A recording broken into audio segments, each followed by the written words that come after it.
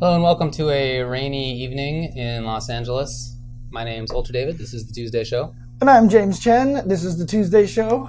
I just figured I'd say How's that everybody? How's everybody going? Happening? We're going to talk about these topics tonight. Co-op Cup 2019, also pre-Coop as well. We're going to talk about both the tournament and other stuff. We're going to talk about Marvel 2 and Battle of the Strongest. We're going to talk about some argumentative topics on the 5-5 matchup, including what do you think about these SF5 tier lists? From Topanga, you mean? Yeah, the tier list is a little... and also, we'll get there. What do you think about JWongg's ideas for the CPT? Well, I mean... We'll get there. Other stuff happened too, but we haven't done a regular episode since before Christmas. That's a while. Last week, of course, we did our awards. But that's not typically a terribly news-intensive couple of weeks, right? Typically, people are taking that off. So a couple of tournaments happened. There were some announcements here and there, but there wasn't like an absolute ton of stuff. Yeah, I mean, it's the holiday season. Everybody's taking that time off. I'm just wondering, can everybody hear me? Am I loud enough or am I not loud enough? I'm trying to fix the... Yeah, okay, my lav mic needs a boost. Okay. I've been tweaking the gain a little bit to try to kill the buzz, but you know what? I'm totally buzzed right now. So, there's really nothing I can do about it. Okay. I'm just going to have to keep the buzz. So, a lot of people watching this on YouTube are saying they don't hear a lot of buzz, but that's also because I do some post-production on it to try to eliminate a little bit of the hum by the time I get it on YouTube. But for those of you live here, sorry about the buzz. So tricks of the trade there. Yeah. All right. Well, let's start by talking about Coop. Yes. And pre-Coop. Cooperation Cup, of course. This is a Street Fighter 3 Third Strike tournament, and it's been going on for a long time. This is Cooperation Cup 17, so it's got a pretty long series. I mean, even when I first started playing Third Co-op Cup, I guess that might have been their first year, right? Like, because it's the first when I was playing from the very beginning, I knew about Coop, right? So it's been around. Yeah, I mean, it's not even like a Third Strike tournament. I feel like it's the Third Strike tournament, right? So it's a 5v5 with players originally all over Japan coming over here and playing this.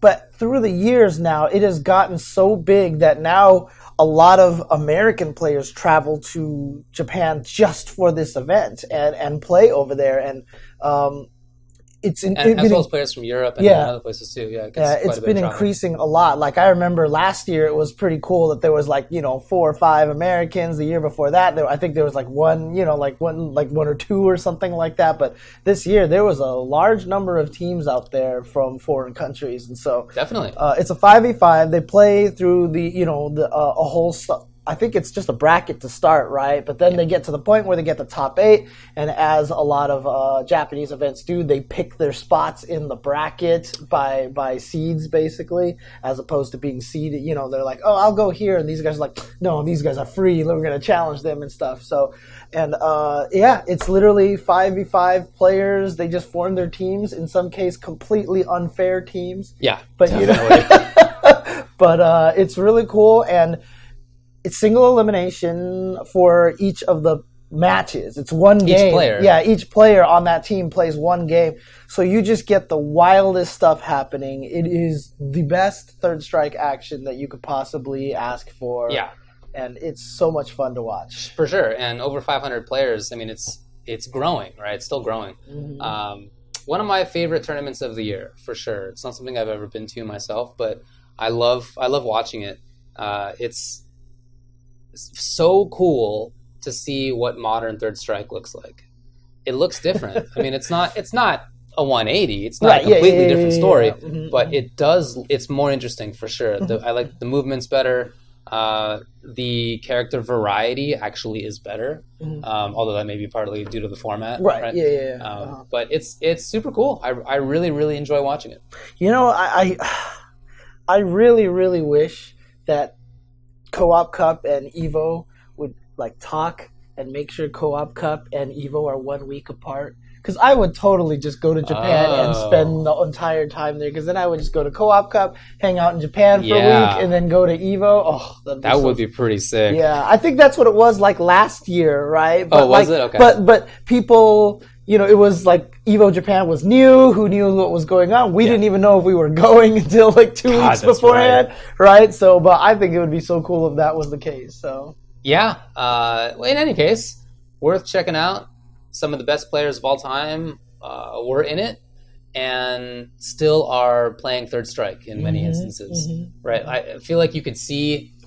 I would say primarily in the pre-Coop. So there's the main Cooperation Cup in which 5 players of whatever character from wherever enter and put themselves onto a team. But then there's also a pre-Cooperation Cup event in which players of one individual character form themselves into teams. So it's a team Remy, battle, Team basically. Q, Team Makoto, another Team Makoto, a Chun team, another Chun team, another Chun team.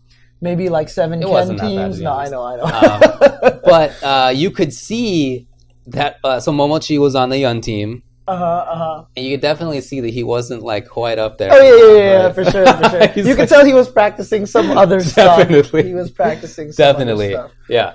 But some top players are still super legit. Haitani's still really good, for example. Yeah, MOV, obviously. I mean, he could probably play Third Strike like in his sleep at this point in time. I don't even think he doesn't even need to try. Catatonic MOV is definitely better than like 90% of players. Dude, Silent Scope showed me a clip of something that he did like in Co-op Cup 15. Okay. And he was like, how did he do this? And I watched it and I was like, what the hell? What did he do?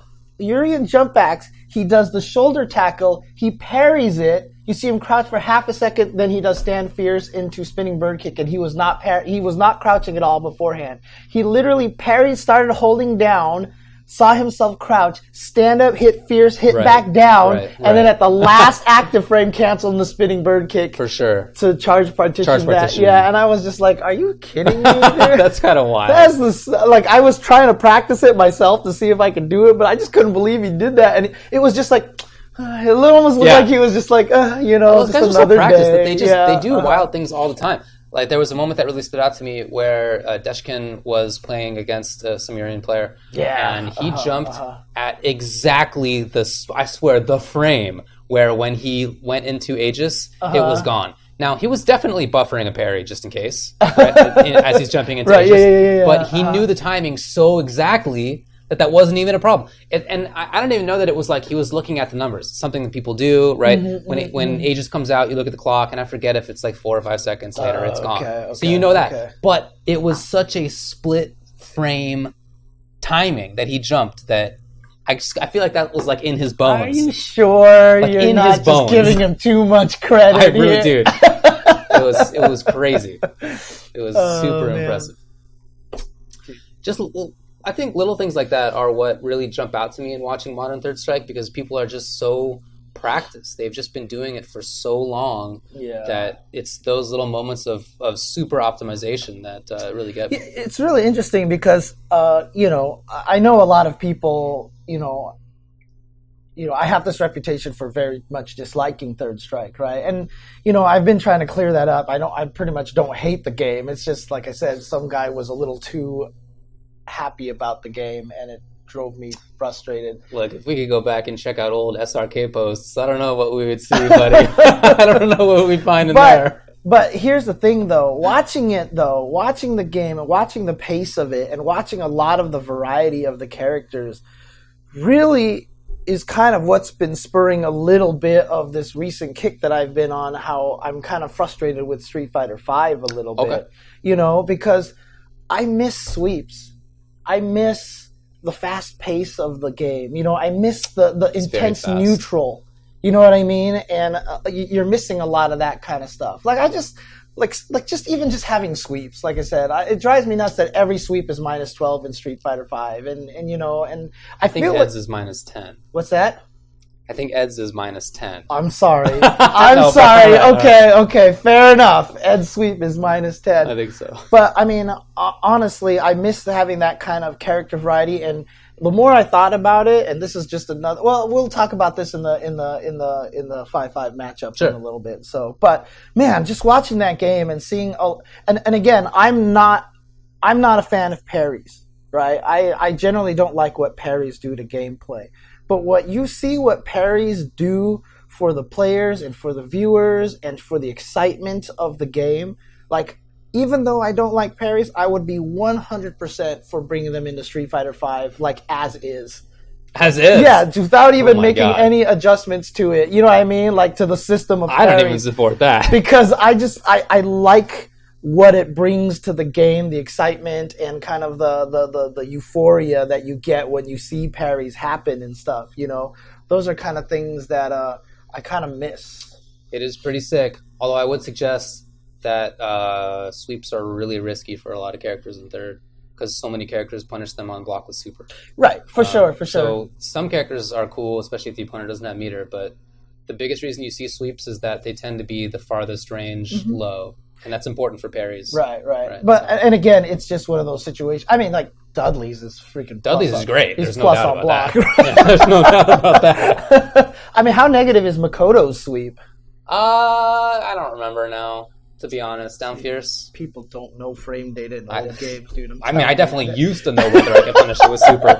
Now, I don't remember. I really don't remember. Man. Oh, shout outs to Majin Obama in the chat as well. So yeah. We talked about his role in commentary at the Co-op Cup as well a little bit last week. We did. But before we get into the results, I wanted to talk about that side of it.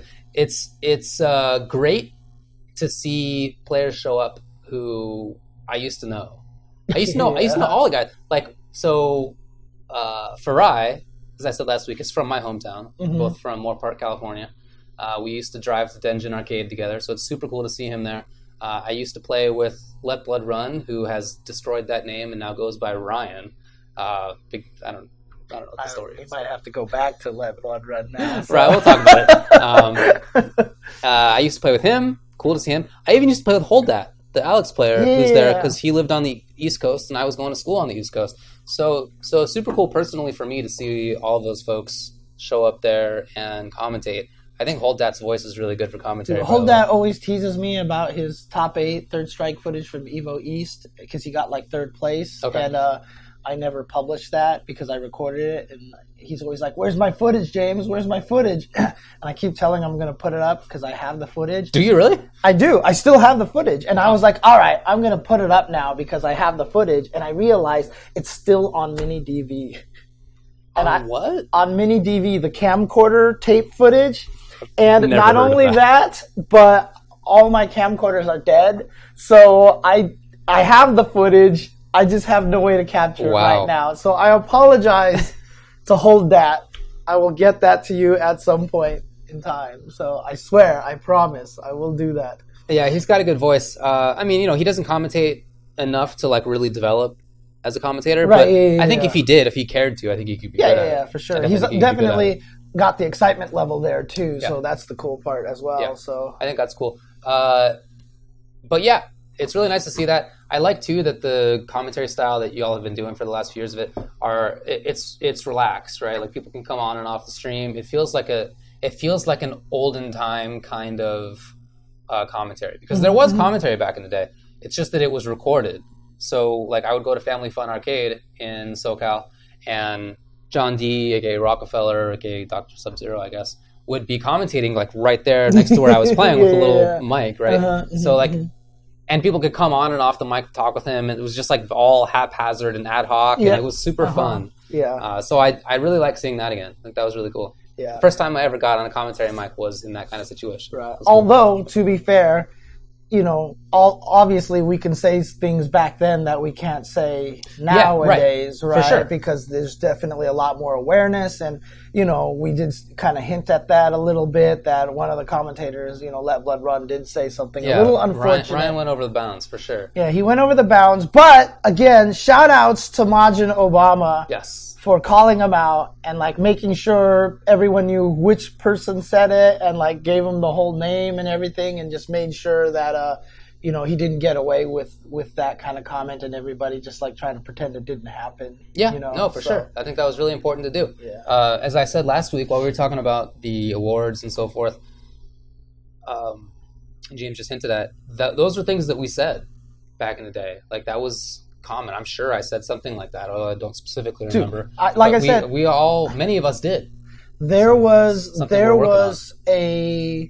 well, I think the Kotaku didn't write anything about it because you specifically called it out, Majin. Yeah. I think you helped cover that, so good job to that. But I still remember something that I said in 2010. We were in our hockey jerseys and we were just jumping on the commentary. I have a photo of you, me, and AJ Papa doing commentary like at the same time. It was just, we were just jumping on there and doing stuff.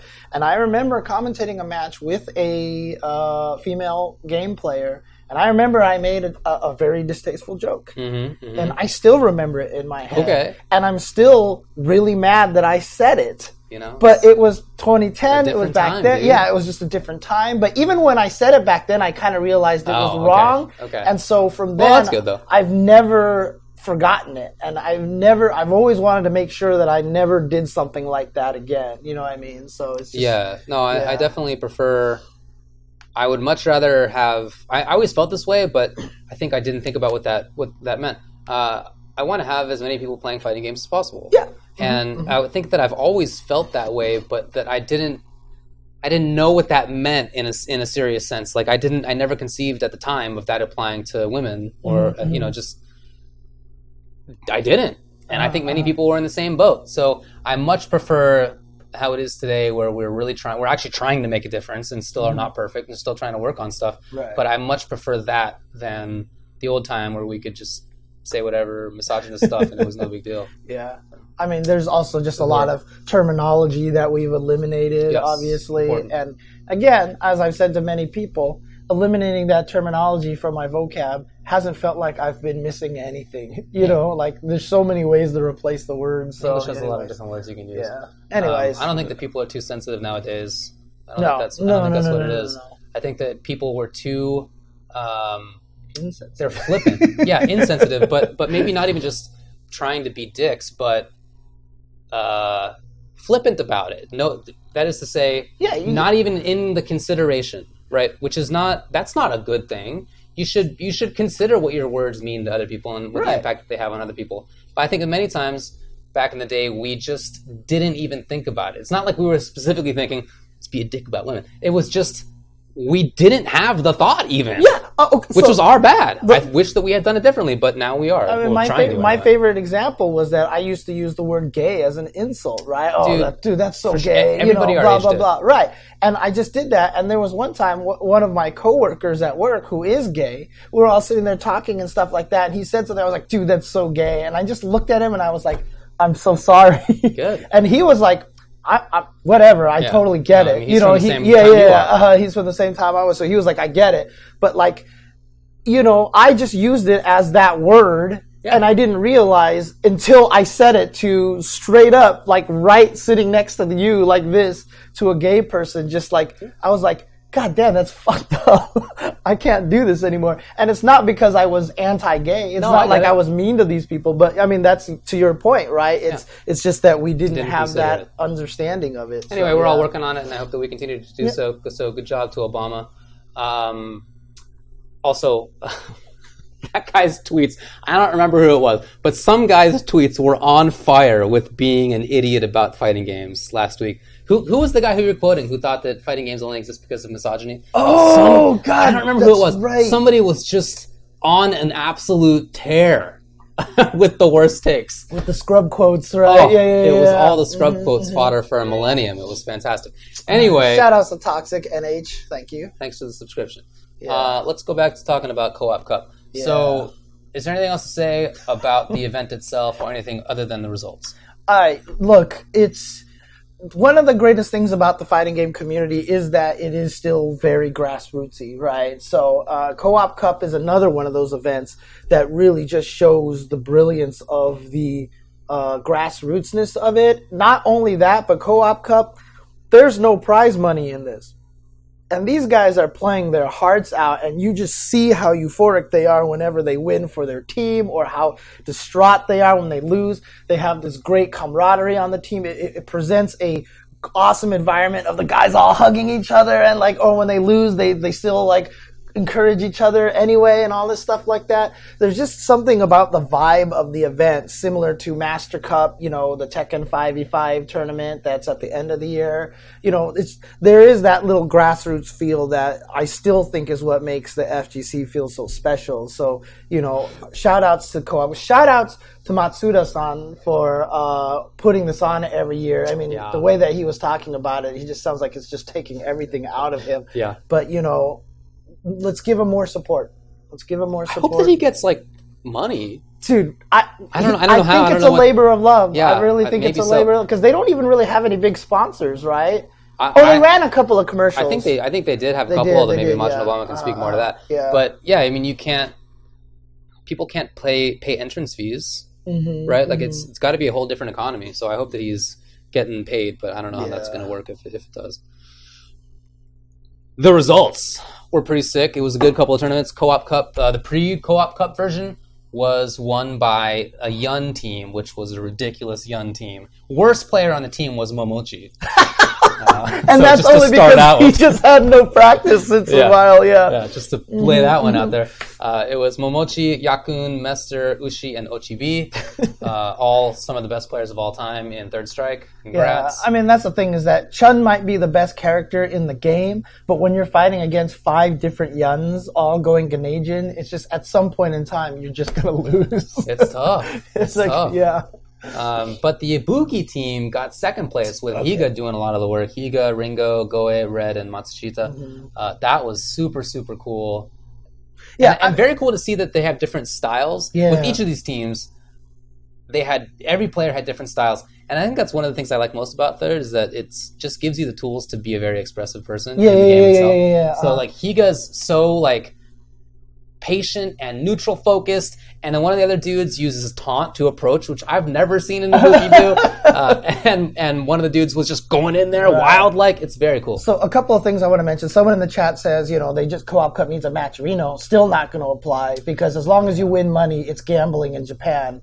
And so that would actually violate. They couldn't. So I think you can win money, but I think that my understanding of it is that that's linked to the pro licenses now. That or it has to be sponsor money or something. It can't be entry fee. It cannot be related to your entry fee. I definitely know that. So maybe a matcherino maybe would work. Yeah. But who knows? But second thing too is that for people who only know of Ibuki through Street Fighter 4 and through Street Fighter 5, keep in mind that Ibuki is not a top tier character in Third Strike. So the fact that the Ibuki team got second place is really awesome and exciting. Yes. So I know a lot of people, not a lot of people are probably like, God, of course Ibuki made it. No, it's not like that in Third Strike at all. So no, she is a good character. She has really good tools. But she takes not the most damage, but the second or third most damage. I guess it's third. Akuma and 12. So if she gets touched by Chun Huyoko-sen, that's 50% life. Yeah, the difference. She just can't afford mistakes. The difference in life in Third Strike is greater than the difference in life because I always remember when Third Strike first came out, someone showed me that if you go fierce SPDs, Ibuki, she dies in 3 of them, right? It was old school Zangief style, whereas a lot of other characters could survive even 5 of them, right? So that's how big it is. That's how big the difference is. It's a big difference. Chun-Li's got third. That's pretty cool, including Michael Tan, who I knew from SF4, but I guess he's a third player as well. Dudley's got a third as well, single limb, so that's how that works. Fifth places were the Yang team, another Chun-Li team, which I thought would go really far, but did not. A Dudley team, and a Makoto team. Yeah. Including Tominaga. Yeah, I know this might hurt your soul, but I was definitely rooting for the Makoto team just because I love Tominaga so much, dude. That guy. I love Tominaga so much, dude. I was rooting for the Dudley team number 1 because I love Dudley, right? But, after they got eliminated, I was like, let's go Makoto team. But then they lost. And I was sad. So. Well, a Q team actually did beat a Makoto team. Did they? They did. Oh, dang. Okay. Big but. It was in the playoffs. So there are group stages, and then you advance from there. Oh, yeah. One team makes it out just to the next stage entirely. Mm-hmm. The second team of the 3 makes it out to the playoffs. And the playoffs are one person from each team represents their team, and it's a single limb, single game to see who moves on. Right, So in one game, a Q player did beat a Makoto player and thereby beat the Makoto team. I mean, someone in the chat asked, how can anyone hate Makoto in the face of Chun Yun?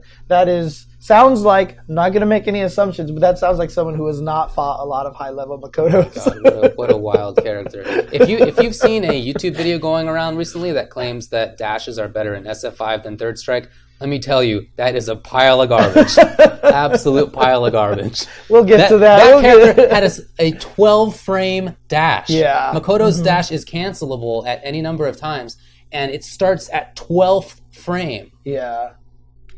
Come on! Yeah. Anyway. Wow. Yeah. Also, as a Q player, I'd rather play against Chun-Li and Ken than against Makoto any day. For sure.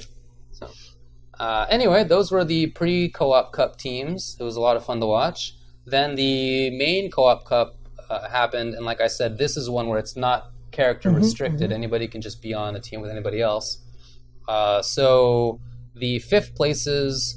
I don't know if we can say all of them, but there's a lot of cool. One of my favorite ones to watch was the team that had Sugiyama on it, Necro. I was really like watching. Oh yeah, of course. He's super cool. I mean, I felt like this tournament was marred though by the fact that the number one team completely cheated. They did cheat. They definitely did cheat. They did not cheat, but I mean, they're called the Dream Team for a reason. Kind of, they did. Another fifth place team, though, was Los Vatos Locos, which was 5-star, who's a player from Southern California. Tenren, also a player from Southern California. Aaron, who I don't remember. Wait, no, is Aaron... Aaron is... You would know better than me. You know the SoCal Third Strike team. I'm so mad at myself right now. Anyway, people put it in the chat. And then also Ryan, who's the Lead Blood Runner we were talking about earlier, who actually lives in Japan, so he didn't have to travel. Right, and they had one Japanese player on their team. But, I mean, they did really well. I mean, I had sent out this tweet, and this is Washington, D.C. player, Aaron. Is that what they're saying here? Is 10X? No way. It's that Aaron? I thought it was a different Aaron. That's wild. I haven't heard that name in forever. Oh, dang. Okay, that's crazy, dude. He's still playing, and he's good. But, like, wow. To me... That's so sick. To me... I did not realize that. I mean, Third Strike has the history of Americans just getting slapped by the Japanese. Like, it's just not even fun, right? Because the EVO 2002 exhibition, the next exhibition that came after that, it was just destruction to the U.S. players constantly. And to me, it's so exciting for me to see that, yes, I think we can actually say now that the skill gap between U.S. and Japan is finally shrinking enough to the point where U.S. can get to a fifth place on a team like this. Before, having a U.S. team make it to fifth place would have just been like, we would have all been running in the streets, like screaming bloody murder kind of thing. Like, how did this happen? But the fact that it can happen and not have everyone being like, oh my God, it says a lot about the game. Granted, of course, Japan, yes, is still much stronger. Yeah, just easily stronger. But even 3 years ago, to have a team make it this far, I think would have been impossible. Like, I know that Ryan has won tournaments in Japan, so the skill gap is certainly much less than it used to be. There's no doubt about that. By the way, good job, Donka. You did well in commentary. That was cool. I'm sorry to hear that you're a Makoto player. Unfortunately, we can't be friends. But nice job on the mic. Yeah, the Japanese players actually yelling "Let's go, Justin" when someone was about to activate the suit. I like that a lot. Yeah, that's just so funny how that's just a thing, dude. It's so cool. So anyway, the team that won it was called Dream, the Dream Team, and it's crazy the amount of talent on that. So Deshken Ken. Who Daigo has said that if he had lived in Tokyo, that he would have just been the best player ever. But he doesn't. He doesn't live there. So Nuki, Chun-Li, Kenzo, aka KO, Yang, Ridiculous, Issei, Yun, and Haitani Makoto. That's silly to me. It's so strong. Like, people don't even remember the year of the Daigo parry. He lost the KO. Right. In grand finals. Yeah. That was losers finals, and then KO eventually just won. So that said, the second place team is super, super strong too. Yeah. Tominaga, Makoto, Kasi with Ken, Match Akuma is a blast to watch. Vanao Ryu, who's just an absolute madman, and then MOV with Chun as well. They took him down to the last player too. The fact that they took him down to Deshken and Deshken had to take out the last player was like super impressive already. You know, I mean, that team is crazy good. There's no doubt about it. Those are some of the best players ever with those characters. So that's super awesome. But yeah, I usually find Ken's very uninteresting. I usually find that character really boring. But Deshiken is almost the only Ken player who I really like to watch because his style is just so strong. He's active and takes risks sometimes, but at the same time can be super fundamentally solid. I think he's got all the tools. He's so good. He recently announced he's going to start playing SF5. Well, apparently he's already been playing SF5. You know what I mean, yeah. Yeah, but he's going to take it seriously and try to like make the CPT and stuff like that. But he's already like super high ranked on the arcade. I mean, not on the arcades, but on online and everything like that. He's already like platinum and stuff like that. So. Dude, makes sense. Yeah, he's super strong. Right. Super strong. I mean, I don't know how he's going to be able to react to dashes in Street Fighter. Oh my god, can you imagine? He sees them as like they're barely moving. I did say I agreed with most of the video, not all of the video, because that one definitely raised an eyebrow. Yeah, I was like, what are you talking about? That one was definitely raised an eyebrow. No, hey, look, there are some really fast dashes in SF5. It's true. Yeah. But Makoto is a whole nother beast. Like, the funny thing is, like, I always remember, when the game first came out, I thought Makoto couldn't beat Chun because back fierce killed everything. I was like, back fierce, and Makoto couldn't do anything. Yeah. And then I found out the way to beat that was just to wait till she back fierces and dash. Yeah. And I was like, what? Like, that was just, like, didn't process in my brain, but that's literally how you beat it, because you can dash after she whiffs it, and you are in plus frame. So she can't do it again. She's crazy. She's good. Makoto's good. Yeah. Not a Chun good, but, good character. Anyway, yeah, dude, I always have a blast watching it. It looks like such a fun event. It's really fun to watch. The game is fun. I had fun. And it's a fun time having fun there. Honestly, it would be something that I would love to go to one of these days. Yeah, we would have fun there. I would definitely have fun. Just hanging out there would be really fun. Yeah. Deshiken versus Punk. Yeah, it might be fun. That said, so usually I feel like the newer class of talent is better. I mean, as we've talked about. Right, yeah. Deshiken, I feel like, is a big example of somebody who's not going to be caught off guard like that. He is among the most talented fighting game players ever. Yeah. I really think so. He will be fine. Yeah. There's definitely something telling that a lot of the old school players in Japan are still pretty strong because they've just never stopped playing because they're just still going to arcades and stuff like that. That is true. Right? Whereas, here, just a lot of the players they quit because they just got jobs and families and stuff like that. Well, I mean, players there do too, but it's just accessible. But there's an arcade there, and it doesn't, you can literally go to the arcade as an adult and play games and not be like, what's wrong with you? Why are you playing video games? Even though there is that attitude in Japan, you're wasting your time playing games, but everybody does it anyway. It is a little different, though. Yeah. Yeah, anyway, shout outs to everybody. That's like what they do in, you still haven't seen it yet, but High Score Girl, they're always complaining about the people going to those degenerate arcades and how can you go to this degenerate arcade? Why are you wasting your time? It's really funny. So, yeah. Anything else to say about Coop? No, outside of the fact that it's great. Make sure you watch it next year. I mean, my sleep schedule was KO'd by Co-op Cup.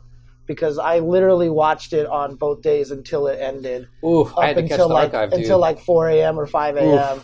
And so one day I literally had my whole schedule shifted. I slept till 5 p.m. or some crap that too. Yeah, it was crazy. Horrible. Hey, Donka. I was trying to remember and I don't remember. Can Q punish Makoto down fierce with super? I think the answer is no, but let me know. Because I don't recall. I was trying to remember. After a parry for I was kidding. Okay, yeah. Yeah, and literally I missed the Tetris West Coast qualifiers because I was up watching Co-op Cup. They said it was going to go on all day, so I was like, all right, I'll wake up, eat lunch, and then go there. And then by the time I was about to leave, I texted one of the guys, and they're like, it's in top 8 already. And it was 4 o'clock, and I was like, damn it. So I missed that, yeah. All right, well, let's take a break, and when we come back, we're going to talk about Battle of the Strongest over there in New York. Okay. All right. So be right back, guys. All right.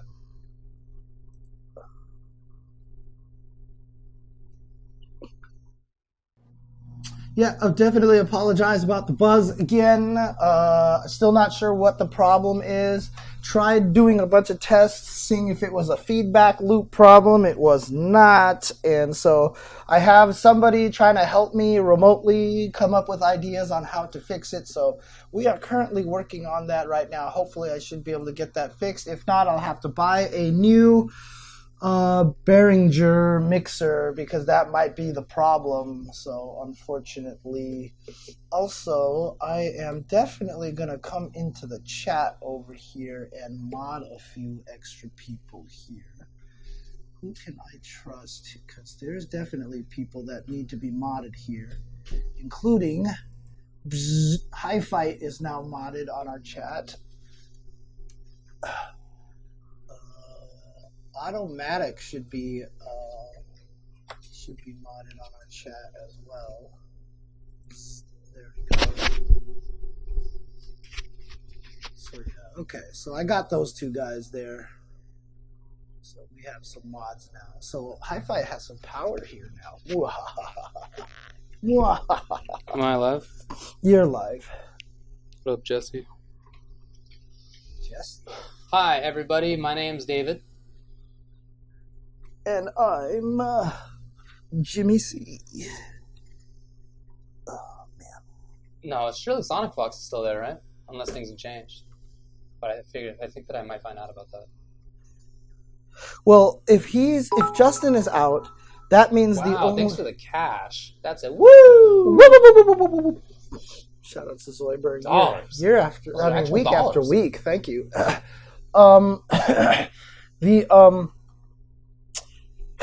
Who's left then would be Sonic, the Kill Sage, and Tokido, right? That we know of. Yeah, right. That's okay. right. Okay. I don't think the Kill Sage has been dropped. Shout outs to Mr. Armory for the subscription for 25 months in a row. Dang. You are the man. That's a long time. Why do cats try to walk through every even remotely skinny passage possible? They like to be in little areas, you know. Yeah, I know. Someone actually said if you just get a cord and just make a circle on the floor, the cat will just walk into it and sleep. I can confirm that. I've tried it. Oh, you have? And it worked? I heard the same thing, and yep, I've definitely done that just to experiment. And my cats both walked into what they thought was a box, and they felt safe, and they lied down and they went to sleep. Even though it was just a line on the ground. Yeah, it's just a perimeter, man. That's all they need. So funny. They do like boxes, that is for sure. Best picture is still the giant cat jungle gym and the box next to it, and the cat's just sleeping on the box. Yeah. And the guy's like, I spent $300 on this jungle gym. I mean, you don't have to draw a circle. It can be any number of things. Yeah, what I actually did, I didn't draw a circle. I just, I took some shards of a box, that we were throwing out and it come from Amazon or whatever. Mm-hmm. And I just placed them out on the ground in more or less a rectangle. It was not even a terribly good job. And it worked. Yeah, I heard you could just get a cord or something like that and just take a USB cable and just make a little circle on the floor. Yeah, it makes sense. They'll do that too. So tape works as well, yeah. Cats. Ever so interesting animals. They are. Okay. Are the ads done? Wow. I think that's a question on your side because mine's that's right. Yeah, that's right. Yes, they're done. Okay. Cool. Ready to go back? Yep. Okay, let's do this. Welcome back to the program. I'm sorry, Justin, but someone's already living in my basement right now. I see. Oh, man, I'm sorry, Justin. Yeah, Justin used to live in your house. That's right. Justin, when he first moved to the West Coast, he lived in my basement. I have someone in there already right now because, that's the... I'm sorry, Justin. I'm sorry. Like I said, I'll let you live on my couch upstairs, but I don't think that'll be good for the rest of your family. Yeah, I was going to say, yeah. Right. I feel like you have your own basement. So, hey, let's talk about Marvel 2 while we're talking about Justin Wong. Sorry, Justin. That works out great. We're going to talk about Battle of the Strongest, a Marvel vs. Capcom 2 local event in New York City. Yeah. Apparently, it was something that was just because a whole bunch of the MvC2 players in New York, in the Northeast region, and of course the Northeast region is completely the dominant MvC2 capital of the world on the planet, basically. a whole bunch of them were talking shit to each other about who was the best. They've been playing this whole time. Right. And, especially lately, I've heard, the last couple of years. And so Yipes decided to hold this event. This is the second year of the Battle of the Strongest. And he wanted to hold this event so that they could all try to find out who was the best. Now, he also mentioned that him and Sanford were not in the tournament because they would wash everybody and it would be free. Yeah. And no one could beat him and Sanford. And I can confirm that is 100% true. Okay. So, yeah, that no one would be beating those two players. He's not typically like a big bravado kind of guy. Like if you never met Yipes, you might think like from his stream personality that he's like a kind of braggart, but he's not. That's not him. Mm-hmm. But he will be honest if he thinks that he's going to blow you up. Dude, he'll be honest about it. You know what the craziest thing was? So I was watching the archives, right? I was literally on the browser right here on the window when you were on Best of 5. But you know what the craziest comment to me was? Was someone in the chat said, "I don't think I've ever heard Yipes curse." Really? I feel like that happens, even on regular streams. Right? I was like so confused by that. I was just like, what world are we in? I really think that happens even on like CPT. Yeah, I know, right? I mean, yeah, exactly. He says bus ass all the time, right? Yeah. His most famous video is him swearing, right? So, I mean, I don't understand, dude. It's crazy. What is the name, remind me, of the guy he was commentating with? Oh, shoot. I can't remember right now. Well, in any case, he was a commentator forever ago too. Again, like before there were streams, back in the video days, the video recording days, he was involved in that stuff. So it's Law. Okay, so there you go. Law. There you go. Yeah. Okay. That guy's a 60. Maybe I'm thinking of somebody else. Oh no, the guy who thought I see it. Oh, yeah. Yeah. Exactly. Yeah, if I'm not mistaken, was that the same guy who did the "We Just Got a Real Match"? I believe so. I think that was him, because when he was commentating that, it sounded just like him. I really think and I never could remember that guy's name. Okay, it was him. It is the same guy, yeah. A lot of people thought that was Ski Sonic for the longest of time. Forever. I'm sure they still do. Yeah, it's not Ski Sonic. So it was the Law. Yeah, I thought so. I thought it was the same guy. Okay. Yeah. Just didn't want, just like, a lot of people such a good voice. Didn't know that, Noel Brown was the one that yelled bionic arm. Indeed. And that, they attribute it to some other schmuck all the time, right? Dude, it's still crazy. Yeah, for sure. Even though it's definitely not my voice at all. At least in that case, I can understand between Ski and Law. Right. Like they're similar enough in voice, but, Noel and I don't sound like that. So, anyway, that was awesome. Yeah, that was awesome. The commentary was great. The whole like scene of it was super cool. And it's what I like most about it is that it wasn't some big production. It was definitely what they just do anyway. Yeah. Like they're just in somebody's place, house. Yeah, I guess, and just hanging out. Whose house? Blue Jay, one of the dudes. Oh, okay. I think that's what they were saying, is that it's his house. I've never been there, but they're just in his house, in the basement, hanging out, playing video games.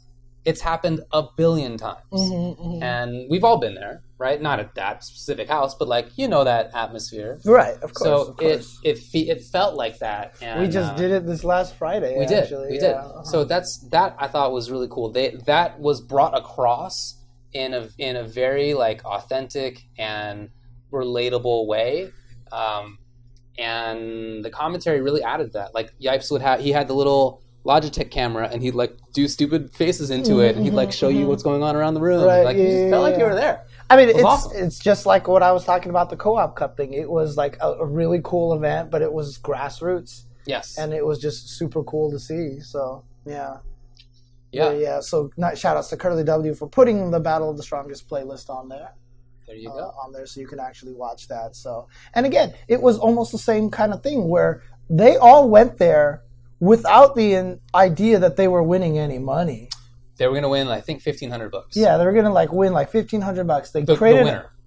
They created a matcherino for it. Yeah. And the matcherino actually, I didn't get to the end, so I haven't watched the whole thing yet. But I know, I know it got to like over Tekken World Tour money. Yes, that was in fact what the matcherino stretch goal was called to beat the Tekken World Tour.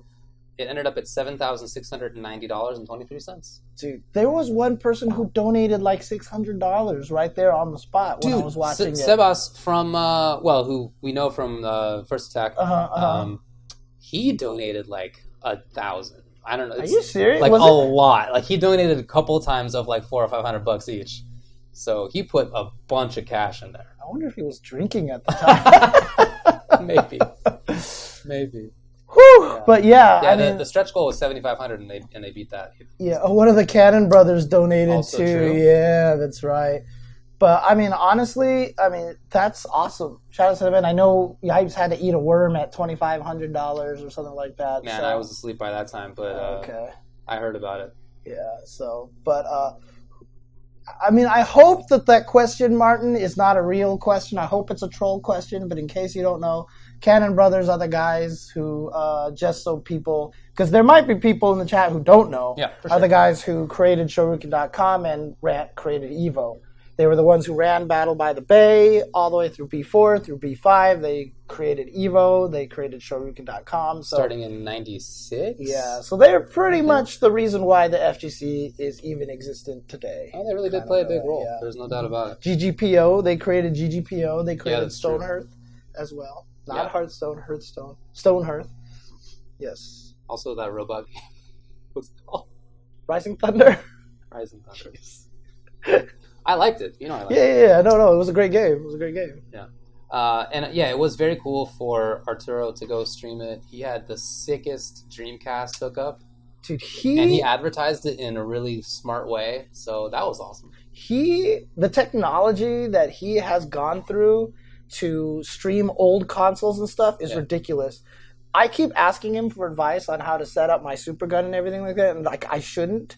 Because he's already like way over here, and I'm just like building things up, you know. Yeah, because I'm like, so how do you set up your stream? Oh, you need to buy this thing, and then buy this other $1,000 component, and then buy this other thing. And I was like, you know how much money that dude's put into things? Dude, it's ridiculous. And Crazy amount. I'm like, I just want to stream like NES Tetris. That's all I care about right now. You know, eventually maybe I'll get there if I have a reason to do it. But Arturo's literally made this almost kind of like his business now, and he's the best at it. Yeah. When he streams like the old Neo Geo console, you know, the games and stuff like that, when he streams old consoles, it's not even like, hey, look, let's just increase the resolution and zoom it. It's like pixel perfect zoom in. It's so crisp. Ridiculous. It's beautiful. It's great.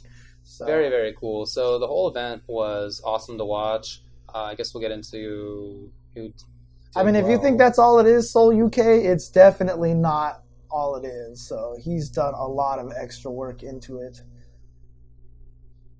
Anyways. Oh, I see. One of my favorite matches of the last year, 2018, was when Josh 360 beat Executioner. Yeah. To basically qualify. So it was a big round robin. And it just happened to be that 3 of the guys were tied. They didn't like come in with tiebreakers or whatever. I think they just didn't do that. So it turned out the 3 of them were tied. They had to do a little mini round robin at the end to seal it. But in order for Josh to get there in the first place, he beat Executioner, and it was a comeback from down 0-3, and some of the hypest moments that I've seen in a while in a game. So I highly recommend Iron Man can kill a whole team, dude. Yeah. A whole team just like that. It's so crazy, dude. It's great because it's funny because I tweeted that and I was like, I tweeted one of the highlights of it and I was just like, you know, people talk about how cheap fighting games are, how broken they are today, and it always makes me laugh when I see something like this. And I don't mean that disparagingly against MvC2 at all. I just mean because that was broken. It was broken and it was great because Iron Man's not even top tier. He's not even close to being top tier in that game, right? Sure. He's not the best. Just like in Co-op Cup, when you see the unblockables from Oro and Uriet, they're not even the best characters. You know, it's crazy. That's why Oro's partly why both of those characters are viable. If think about the version, I think it was version B where they didn't have those, they were definitely worse. Yeah, they fixed those things and they didn't fix anything else. And it was like, what were you doing, dude? Oh, wasn't it a glitch that Hyokusen has 2 bars? Come on. I want to believe. Dude, I had to. Every Street Fighter 3 version had one super that was a mistake being 2 bars. True, actually, yeah. The first one, there was 2 of them, which was Denjin. You had 2 of them, and Shinryuken. Yeah. And the second one was Sean's Hyper Tornado. I think Denjin still was 2 bars. Oh, was it? Okay. And then in the third one, it was Hyokusen. For sure, should not have been 2 bars. So. Definitely. Anyway, Smooth Viper ended up winning the whole thing. Iron Man is considered number 5 currently? I thought he was just outside of the top 4. That was my belief. Really? But I'm no expert. Oh, interesting. Because, I mean, even when I tweeted it, Justin was like, yeah, the reason why he's not considered great is because he has ass neutral and stuff like that, you know? So I had thought that maybe he wasn't. I mean, that's why he has Magneto on point, right? Right, yeah. So Smooth Viper won it. J360 got second. Chris Matrix got third. It's pretty cool. Really, really fun event. I highly recommend checking it out. Are you serious, Crack Prawn? Oh, my God. It says Hoyokusen was actually a thing we purposely kept quiet about at the beta at Southern Hills Golfland because Capcom asked about it. Saying that I personally know some of the people who are partly the cause as to why Hoyokusen has 2 bars. Is that what you're telling me right now? A million years later? I'm so upset. You're telling me that on stream where I'm reacting live rather than 30 years ago, and I could have that out of my system. Now I personally know people who are to blame. Oh, man. Okay, well, a lot of people are saying that Iron Man is number 5 after the top 4, so there you go. So never mind. So I don't want to do this stream anymore. He's still hot. He's still top tier. I'm trying to change the topic back to something else that won't make you so upset anymore. So about to burst. Oh, man. All right, what are we talking about here? Battle of the Strongest. Yeah, I really recommend checking it out. It honestly was a blast. Yeah. That was on NYC Furby's channel, I think. No, I'm sorry, it was on IFC's channel, but streamed by NYC Furby. Really, really cool. Yep. And perfect quality. And shout outs to Yipes. I know he has ideas. I think he announced that there was going to be a Battle of the Strongest on the West Coast coming up now. Yeah. He was going to do a West Coast version. You know, they also want international people to play. Yeah. They love to have Japanese players come. They know that Mexico's still playing the game. So yeah, it would be super cool. There was also a recent event at Super Arcade that I watched some of that was also pretty cool. So if you're interested in Marvel 2, there are a couple of good places recently to go check out some action for it. Super Arcade's doing a lot of stuff. Shout outs to Nerd Josh and Mike Watson, by the way, for doing a lot of that stuff. And, Yipes has even talked about, I've talked about it, and although there have been many events in the past that were all Marvel tournaments, right, we've never had anything, the scope, where everyone's traveling out for this kind of thing. If we can get a tournament, literally, that's MvCI, UMvC3, MvC2, MvC1, X-Men Street Fighter, Marvel Superheroes, Children of the Atom, like... Down, Dakota? Jeez. Let's just do the whole thing, except for Marvel Superheroes versus Street Fighter, because fuck that game. So, but all the other ones, Tatsunoko versus Capcom, let's get that in there. That would be awesome. We can get all those games in there like that, and then make it... The best one, BlazBlue Cross Tag Battle. That does not quite fit in the category, but you know. But I think that would be super cool. So that would be really cool. That would be really, really cool. Definitely. There was that event. Oh man, now I don't remember what the name was, but that K-Brad helped to organize. Yeah. It was the Marvel 3 one that they all did at Super Arcade. But there. Oh, was that at Super? Yeah, that was the one that was at Super Arcade. They also had MvCI as well. Yeah, they had both. So it was like it was more of a Marvel 3 event, and then a bunch of the MvCI guys also played there. But they flew Ray out for that, and a whole bunch of other guys for the Marvel 3 event as well. So I actually went there and showed up for a very brief moment, so I said hi to a lot of the guys. Reflex is what it was called. Mega Man DS. Got it. Yeah, no, anyway, we mentioned West Coast Battle of the Strongest. They mentioned that they're planning to do stuff like that. So love to look to find more info out about that stuff. I'm really looking forward to it. It's super super cool. As we've often mentioned, that people continue playing the games that they care about. If you like a game and you've got friends still playing it, don't give it up. You guys should keep playing. And honestly, MvC2 should have never stopped being played in the first place. I remember when MvC3 came out, I was like, all the MvC2 guys were like, "Well, it was a great run. Let's jump to MvC3." I was like, "Why?"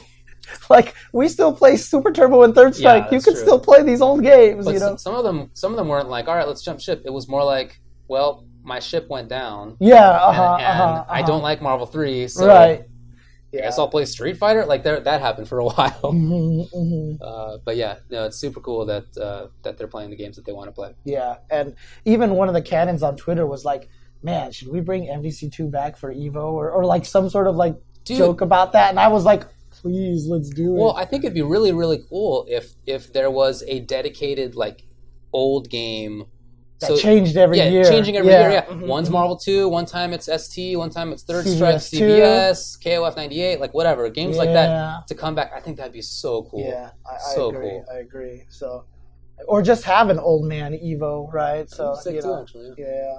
Although, we had the moment 737 reloaded. That we did, which I thought was great. Yeah. So what a good tournament that was. Yeah. So. All right. Okay. Let's. Thank God for the machine. Yeah. That's such a great video. Yeah, that guy was there. He was at Battle for the Stones. Yeah. I keep saying that because that's obviously what it's built on. Battle of the Strongest. No, Tap2 GGG. It's not 401k. You have to call it Evo 401k, right? Wow. I don't have a 401k. Oh man, I have 401ks floating out there from previous jobs. Yeah. I need to merge them all together and stuff. So, yeah. Okay. Anyways, right. I haven't even been highlighting any of the topics. That's it's my whatever. bad. We've gotten through 2. Yeah. So, okay. Do you want to continue or take a break here? I guess let's continue because things may get heated and we'll need a break for. No, that's probably not true at all. Anyway, so 5-5 matchup. 5-5 matchup. We've got a bunch of topics on 5-5 matchup. One of these days, I'm looking into doing some more stuff, and I want to make it so that like maybe on 5-5 matchup it'll spread and show more things. Dang! All right, you're gonna be coding stuff. Yeah, I gotta do stuff like Sick, that. Sick, dude. That'd be super cool. I gotta do like real motion graphics. So some point in time, I'm studying that right now. Oh, awesome, I'm learning man. Stuff like that. So right cool. Now, so, all right. Anyway, 3 topics. What's the first one? Let's talk about Justin's CPT video here. Okay. So Justin released so he's been doing a lot of content on YouTube. So please check that out. I just looked up JWonggg, GGG, and you'll find his channel. His channel is just called Justin Wong. I don't know if he has a hyperlink like user / whatever for himself, but it's very easy to find. He's been putting a lot of content on there, a lot of good stuff on there. So one of the things that he did recently was this CPT. What his opinion, the pros and cons, and how he would fix the cons and stuff like that. And he went through it, and I wanted to talk about them because I liked a lot of the things that he talked about in there. I thought there was a lot of really smart feedback in there, and I wanted to know what your opinion on them was, et cetera, et cetera. Okay. So, for example, let's just talk about the cons, because the pros that he said was get to travel the world, it's cool, a lot of money, blah, blah, blah, but here's all the cons. It was super funny how he put it, because it was just like that. Yeah. It was first of all, it's pretty cool that we get a ton of money. Second of all, it's pretty cool that we get to go everywhere in the world. Anyway, enough about that. That's enough of the pros. Hold on, those are 2 pretty big things. Yeah, those are the pros. Here's the cons. Yeah, and just went straight to the cons. That's smart. That's smart YouTubing.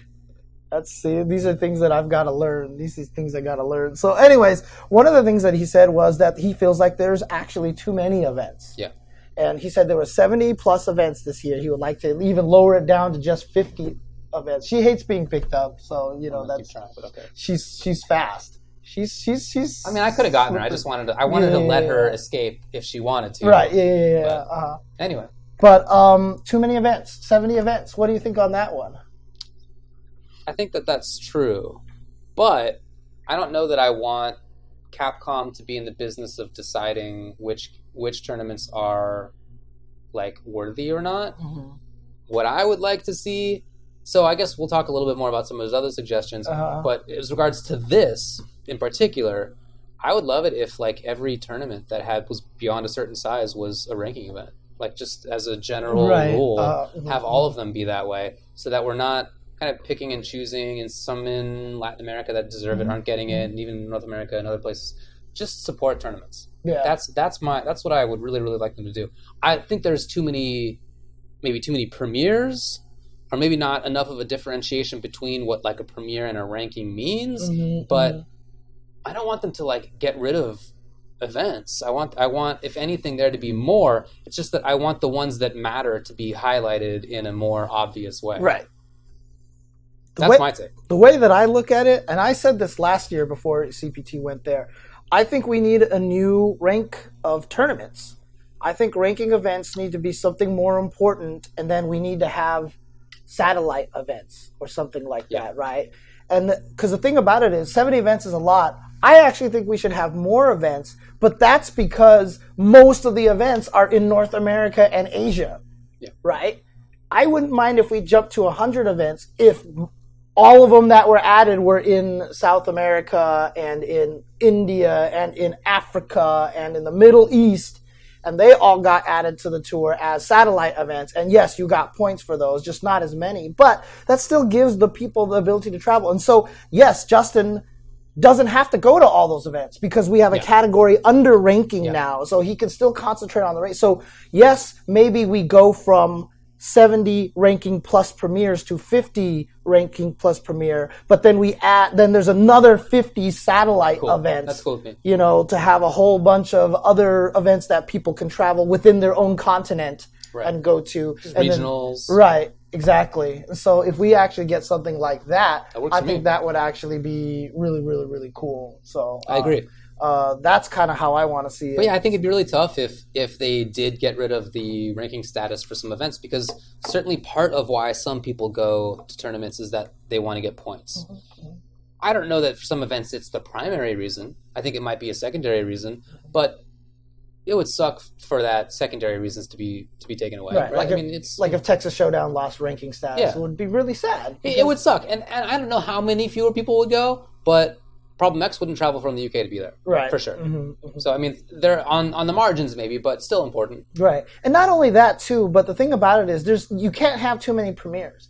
And there's a lot of events out there that are trying to get premier status, like a Texas Showdown. Yes. Right? And there's certainly the quality is getting there. The Texas Showdown has been growing bigger and bigger every year, for example, right? So they kind of deserve something. But the problem is you just can't have 70 billion premieres. The premieres have to be special, right? So if we just create a more disparity between the regional satellite events, and then there's these cool ranking events, or leave it ranking events as the satellite, and now you create something called like a power event in between the premiere, right? Just somehow if you create that, so that way you can also win them. And then not only that, but ranking events don't get prop bonuses like premier events do, right? So now you can create another category that Capcom can give bonuses to, but just not as much money as they have to do for premier events, right? So that way they could benefit those events as well, but just not have to dole out premier amounts of money for all these events.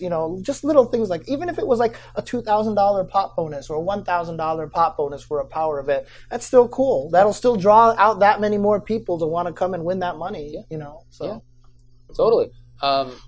So part of why he was talking about there being too many events is that he doesn't feel like he can travel as much. Mm-hmm. That is to say, he traveled a tremendous amount over the past few years. Crazy amount. He's tweeted out his schedule from his phone notepad before, and it's crazy. It's dumb. Yeah, it's silly. Crazy. Yeah. That is kind of his prerogative, I think. If he doesn't... So part of why I think it'd be nice to highlight the premieres a little bit better is that if he does well at a premiere, I think that there should be greater likelihood of him qualifying to actually make the event than there currently was. But the... I don't think that like him traveling all over the world is a necessity. In order for the CPT perspective, for his job as a professional gamer, maybe it's necessary. But the ranking events, there being so many of them, I feel like is a secondary reason why he's traveling so much. Right? It's not just the points; it's that he needs to be places to represent. Well, whatever team. Maybe it's not Echo Fox now, I guess. But to represent whatever team. So, like, that's the gig. Being a professional gamer is to represent a team in tournaments. You have to be traveling. I wouldn't like to do it either. That's not my... I don't want to do that. But I could. I definitely can do it. I can't do that. But even if I could, that's not what I want to do. So, I don't know what to say about that, because I feel like that doesn't have to do with the CPT. That is the job. Right. Is to travel and go to places. Right. If you can afford it, if your team can afford it. What's interesting, though, is that one of the other things that he brought up was he just didn't like having 700 points for a premiere, because he felt like that was too much, and then you basically could win one premiere and then just not do much. I know they did that because they wanted it to feel like it was still the auto qualifier spots. But you saw situations where someone would win a premiere and then they just stopped traveling, right? So they didn't have to travel as much because, after they won the premiere, they felt like they were comfortable in that situation. So wanting less points is kind of weird, because it also kind of hurts that ability to travel less, right? Because if you if you won that premiere. But it's harder. And I do agree with Justin that I like having that volatility in the leaderboard. I like having the volatility in the leaderboard because it's kind of exciting.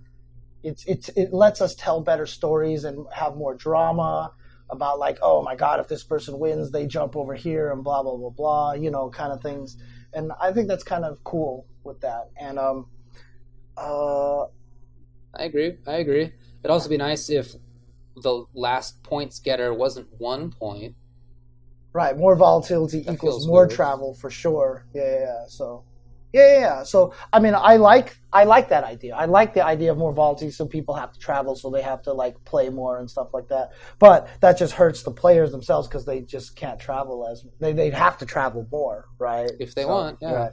And one of the interesting things that I really kind of thought was kind of an interesting point that he brought up was that by being able to travel less because there's less events, is that the players can then actually spend some time working on their own branding and stuff like that. And I actually thought training up. And I actually thought that was a really astute observation right there, because that's also part of the job for a lot of these players. They do need to spend time branding themselves and making sure they are a product as a player, right? And that they're continuing to learn and get better rather than just traveling. Yeah, exactly. Sure. So, you do spend a lot of time traveling. When you're home, I mean, we travel too, and when you travel, your sleep schedule's screwed up for a long time, et cetera, et cetera. So it is rough. So I did like that observation, but it's interesting because you want people to travel because you want to see the best players at all the events all the time because it's cool and entertaining that way. But at the same time, it's very taxing on the players. So it's hard to say. There's a weird balance, and I'm not sure where to find that balance. They're definitely competing interests. Mm-hmm. It's not so. His perspective, of course, is the players, and that's what I'm most sympathetic towards as well. Right. Players. Yeah. Exactly. So what Automatic says in there, Automatic says that if people weren't traveling all the time, you could also have more exhibition stuff as well, right? So that would actually be cool too. So that's better for the players. So the other side of it is satisfying the tournaments and satisfying Capcom. Mm-hmm. Capcom's doing this because it's marketing, right? That's their skin in the game is marketing, and for them, I would imagine that having their game more visible more often is probably better. Right. Maybe there's a saturation point. I don't know, but I imagine that sort of on the whole, it's better. And from a tournament's perspective, as a TO, you only got one tournament of the year, or maybe if you're big, you have multiple. But you know what I mean? You're not concerned about how many tournaments a player is going to. You're concerned about whether they go to your tournament. And if they're traveling to more places, then they're more likely to go to your tournament. So there's definitely competing interests here. I'm most sympathetic to the players. I mean, that's my thought about it. So would you want to keep the points high then? I would want to keep the points high. Okay. That's for sure. Yeah, make it so that winning a Premier is basically qualifying. Okay. Yeah, I'm kind of in that type because I mean, previous to this year, they were auto qualifying spots anyway, right? So once you did that, it didn't really matter. Go on. Okay. One of the things that he talked about, it's a big topic of mine that I've been talking about a lot, is the Latin America getting snubbed, right? So there's a couple things he wanted more Latin American events. I think that's a big duh, right? We don't even need to discuss that. That's just like, obviously it needs a premiere. Yes, obviously it needs more than one premiere. Super duh. Like let's just get game over, first attack. Just give them a premiere stuff. Furiatica has been going on for a long time. I feel like there should be at least one in the Caribbean. Yeah. And at least one in South America. Yeah. Because Santiago is nowhere near Puerto Rico. Right. Those are very far apart. Yeah. So it'd be nice if those regions had their own premieres. So I'm definitely with 2 for LA. And there's got to be one in Brazil as well, because Brazil's a big area. There's got to be at least... I would like to see 3 premieres in South America, because that's just fair. I just really think that's just fair. So that's a given. But the other thing that he said that was interesting was have the Latin America regional qualifier earlier in the year to give them more of an opportunity to apply for the visa. Yeah. Right? So a lot of people are like, well, Crossover should have just applied for the visa ahead of time. And dude, you don't know where you're going. That's expensive. You can't do that, right? You can't. I just bring it up because a lot of people say that, and I always want to just put the kibosh on that argument right from the get-go. So, by putting it earlier, then you could apply, fail, and maybe have at least a third chance to try to apply. but there just wasn't enough time for crossover, to apply enough times for that. So I kind of like that idea. It's tricky because there might be a few more Latin America events after that then won't factor into who qualifies into the Latin America, the regional finals, et cetera. So that would be unfortunate for them. But I do like the idea of having it earlier just so they can have more chance to apply for visas. I agree. So, I think it's cool. I think that's a cool idea. I think it's a practical idea. Yeah. Mm-hmm. Okay.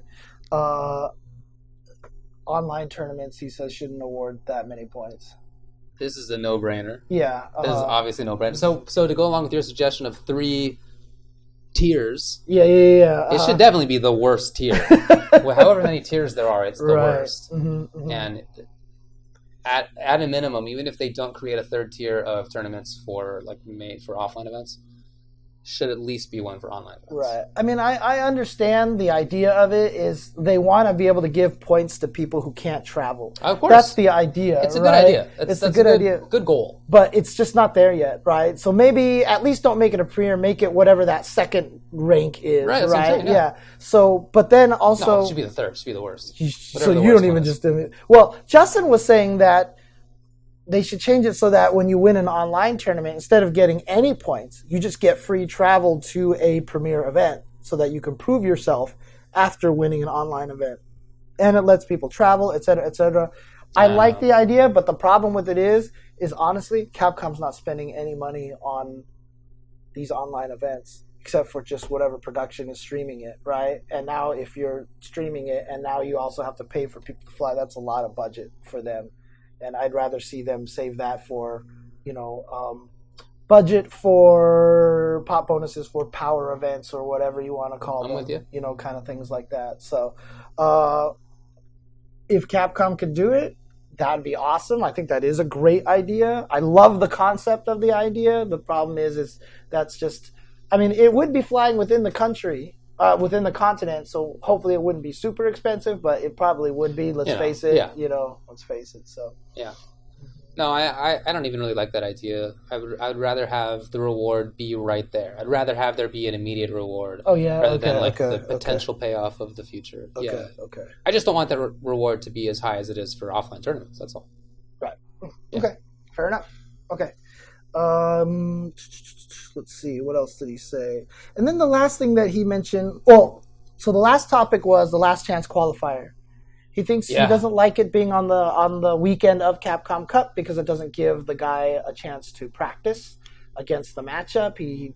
There's one player who just has no idea what's there. There's one more thing I forgot that we'll talk about a little bit, but he says that he was just kind of sad that Phenom doesn't know who he has to play against. Yes, going into that weekend, right? And then it was ZJZ who won, and then Phenom hit up Justin for practice, and that's what helped him there, so that worked out. But everybody else gets to practice far in advance, right? Far, far, far in advance, at least for the first round.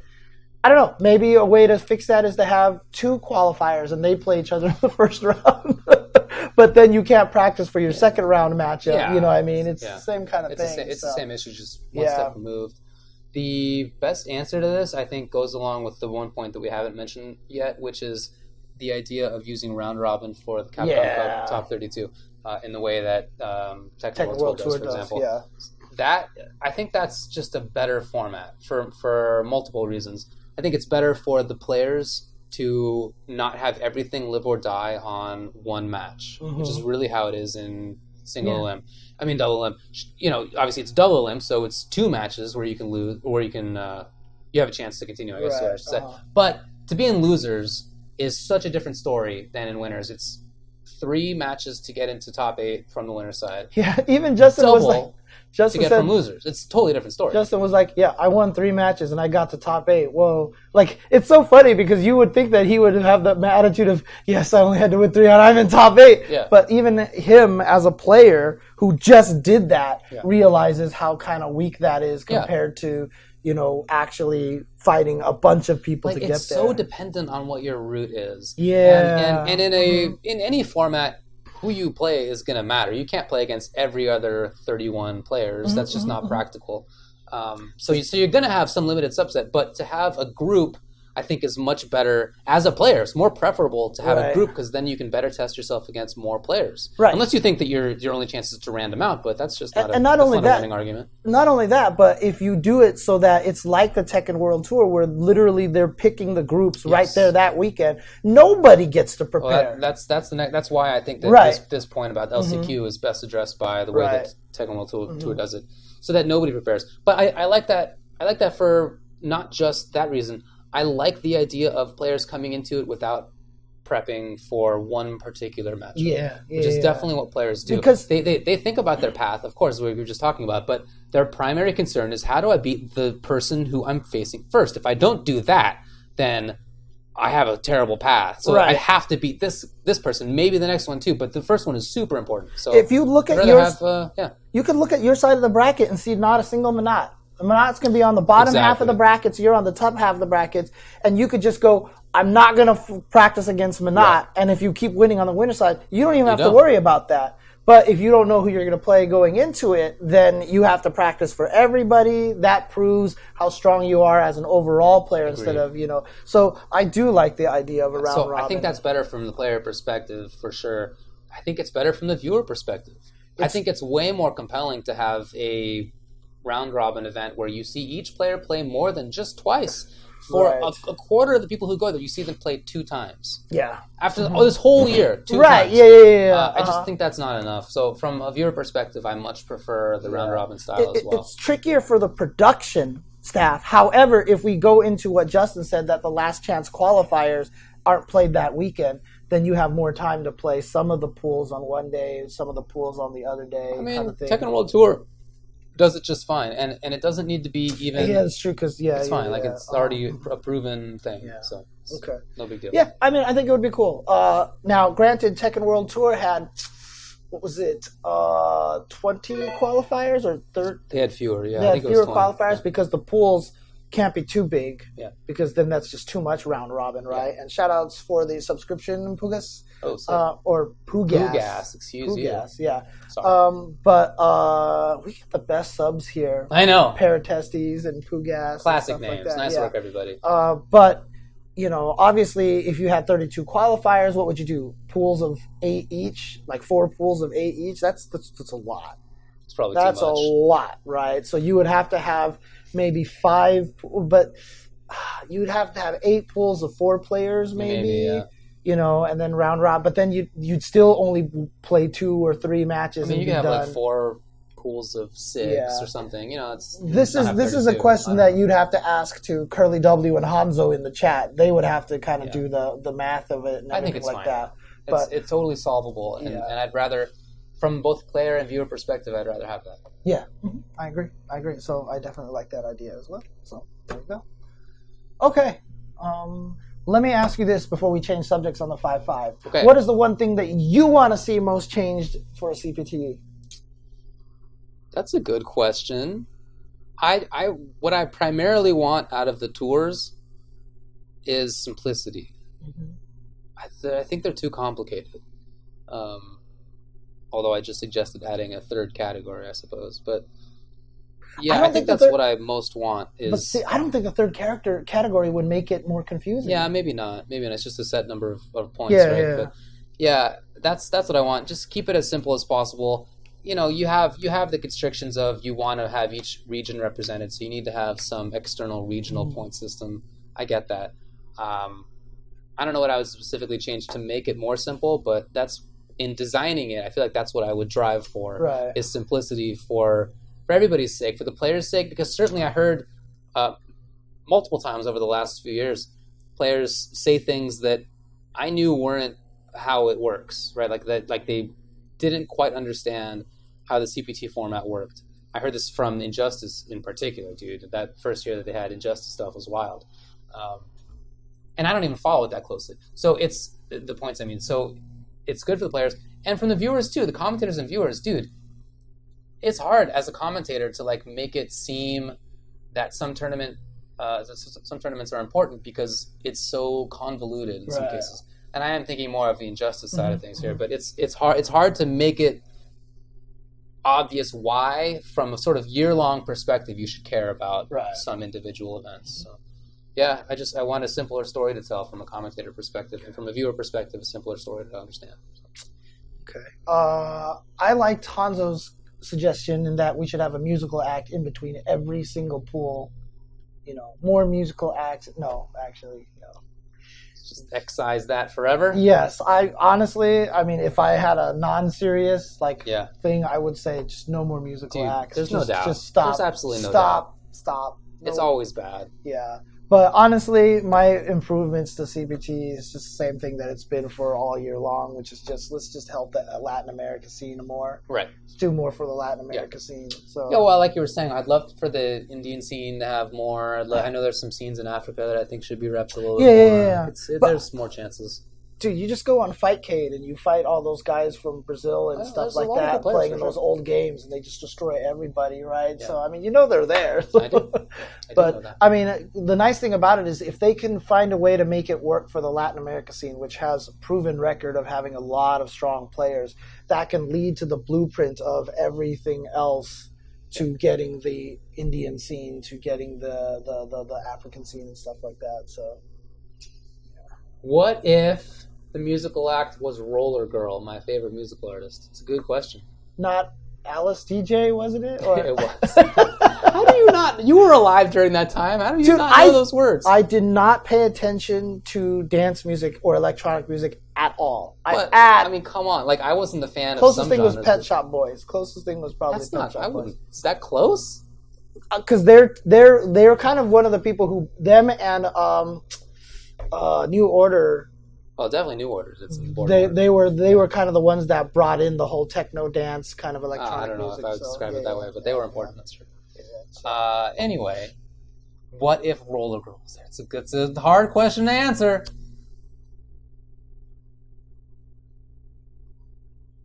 Okay. Anyways, next topic on this. Do you want to talk about?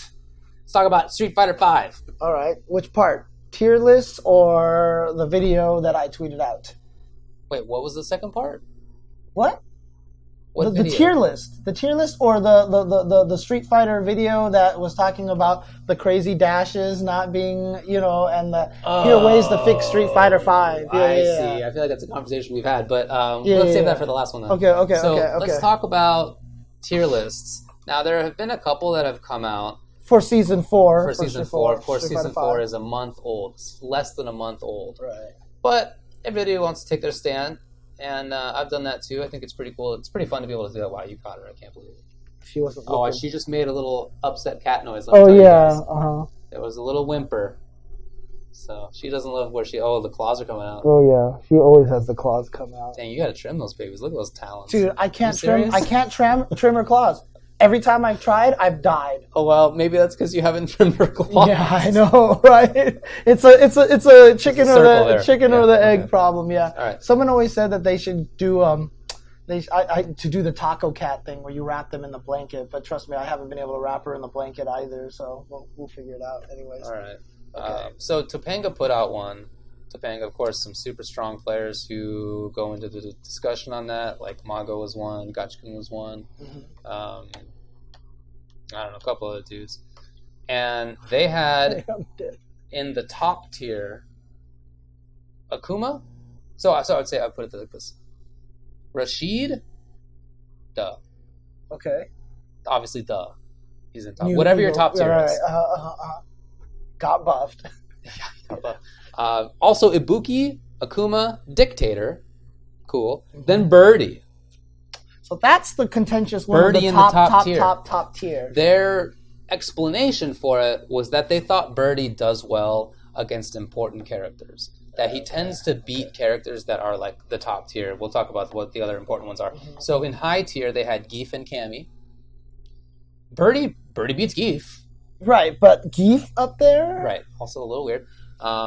Then in the next tier, they had Zeku, Karen, Urien, Nekali, Abigail, Menat, Colleen, Mika, Guile, and Ken.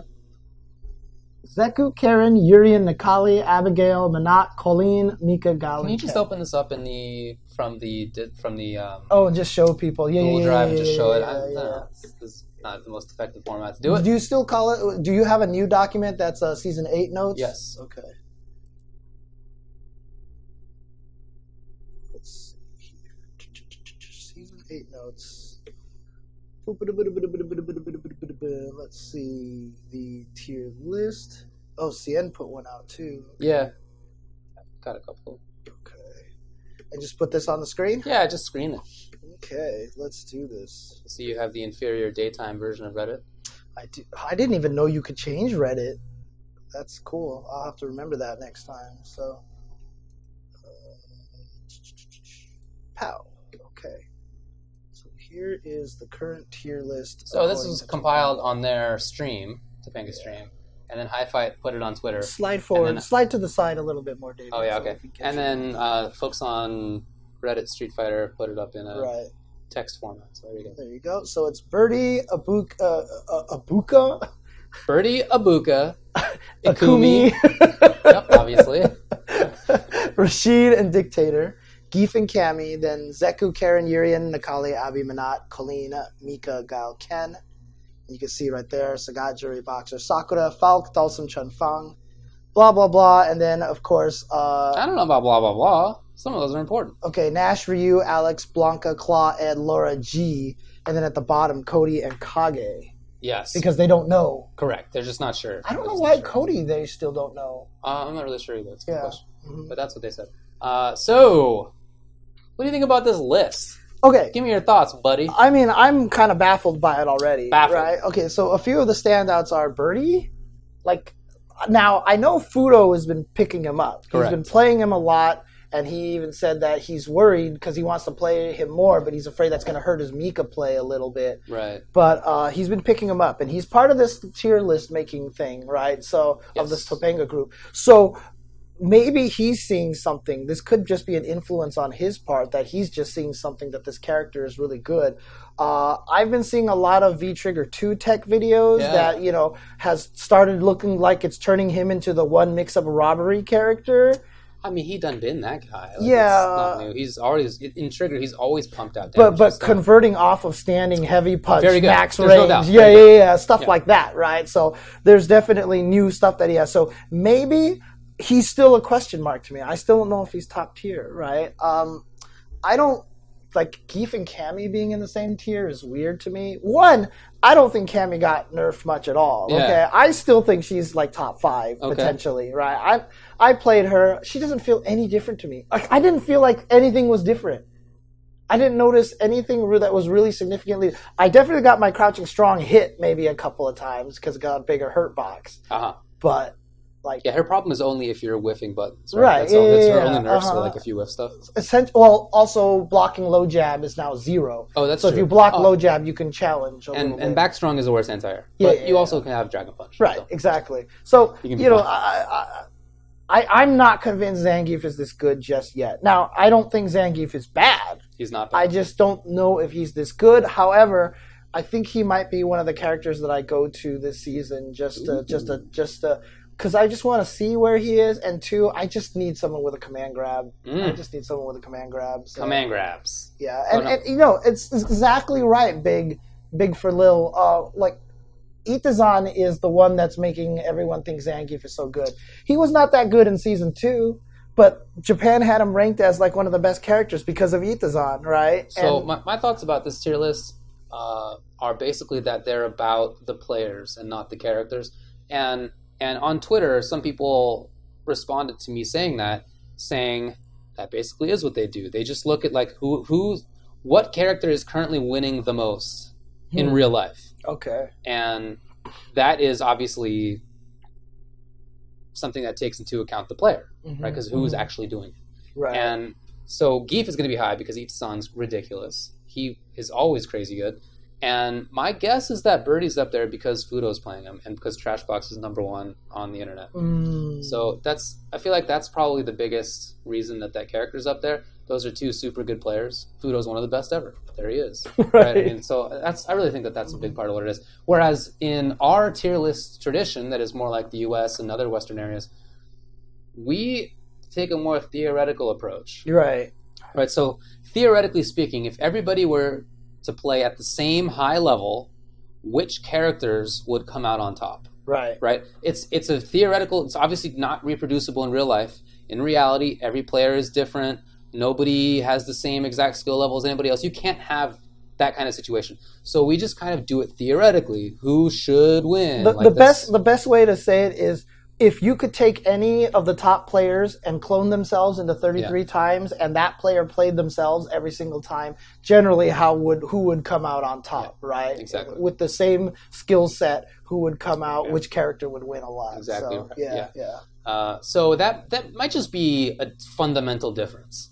And I got to tell you, I like how we do it. Even though the way that we do it is not something that is reflected in reality, right? When you see tournaments not have a Cammy, like Capcom Cup didn't have a Cammy or an Akuma or a Guile in top 8, are those characters weak? Definitely not. Right. So that doesn't, our like conception doesn't necessarily show up, but I like that it kind of tries to divorce from the players, because you can just look at the actual results and see who's doing the best. In theory, that's there. You just look at the tournament results. Who's doing the best? Well, it's whoever the best player is using a strong character. And I would say that's already answered. So I'd love to have. I like having an additional sort of theoretical understanding of the game and characters. Right. And I do think that America does love theory fighting as well. I think it's just fun. I enjoy it. I enjoy it. So, are there anything that stand out to you on the lower end of things? Well, I feel it's wild that G is in bottom tier. Dude, that is crazy to me. I don't understand that at all. I don't understand that either. I really don't. I feel he has so many strengths. And now, obviously, his defense is weak. He has only 4-frame button. He doesn't have any armor or invincibility on the Super. Yeah. So his defense is weak, and one of the weaker in the game, to be honest. But his neutral game and his pressure are so good. So good. He doesn't even need level 3 in most matchups. In fact, some matchups, you don't want it. You want level 2. Nemo picked the character. Yeah. Like, if Nemo picks the characters, the character can't suck. Well, I'm not sure that he's...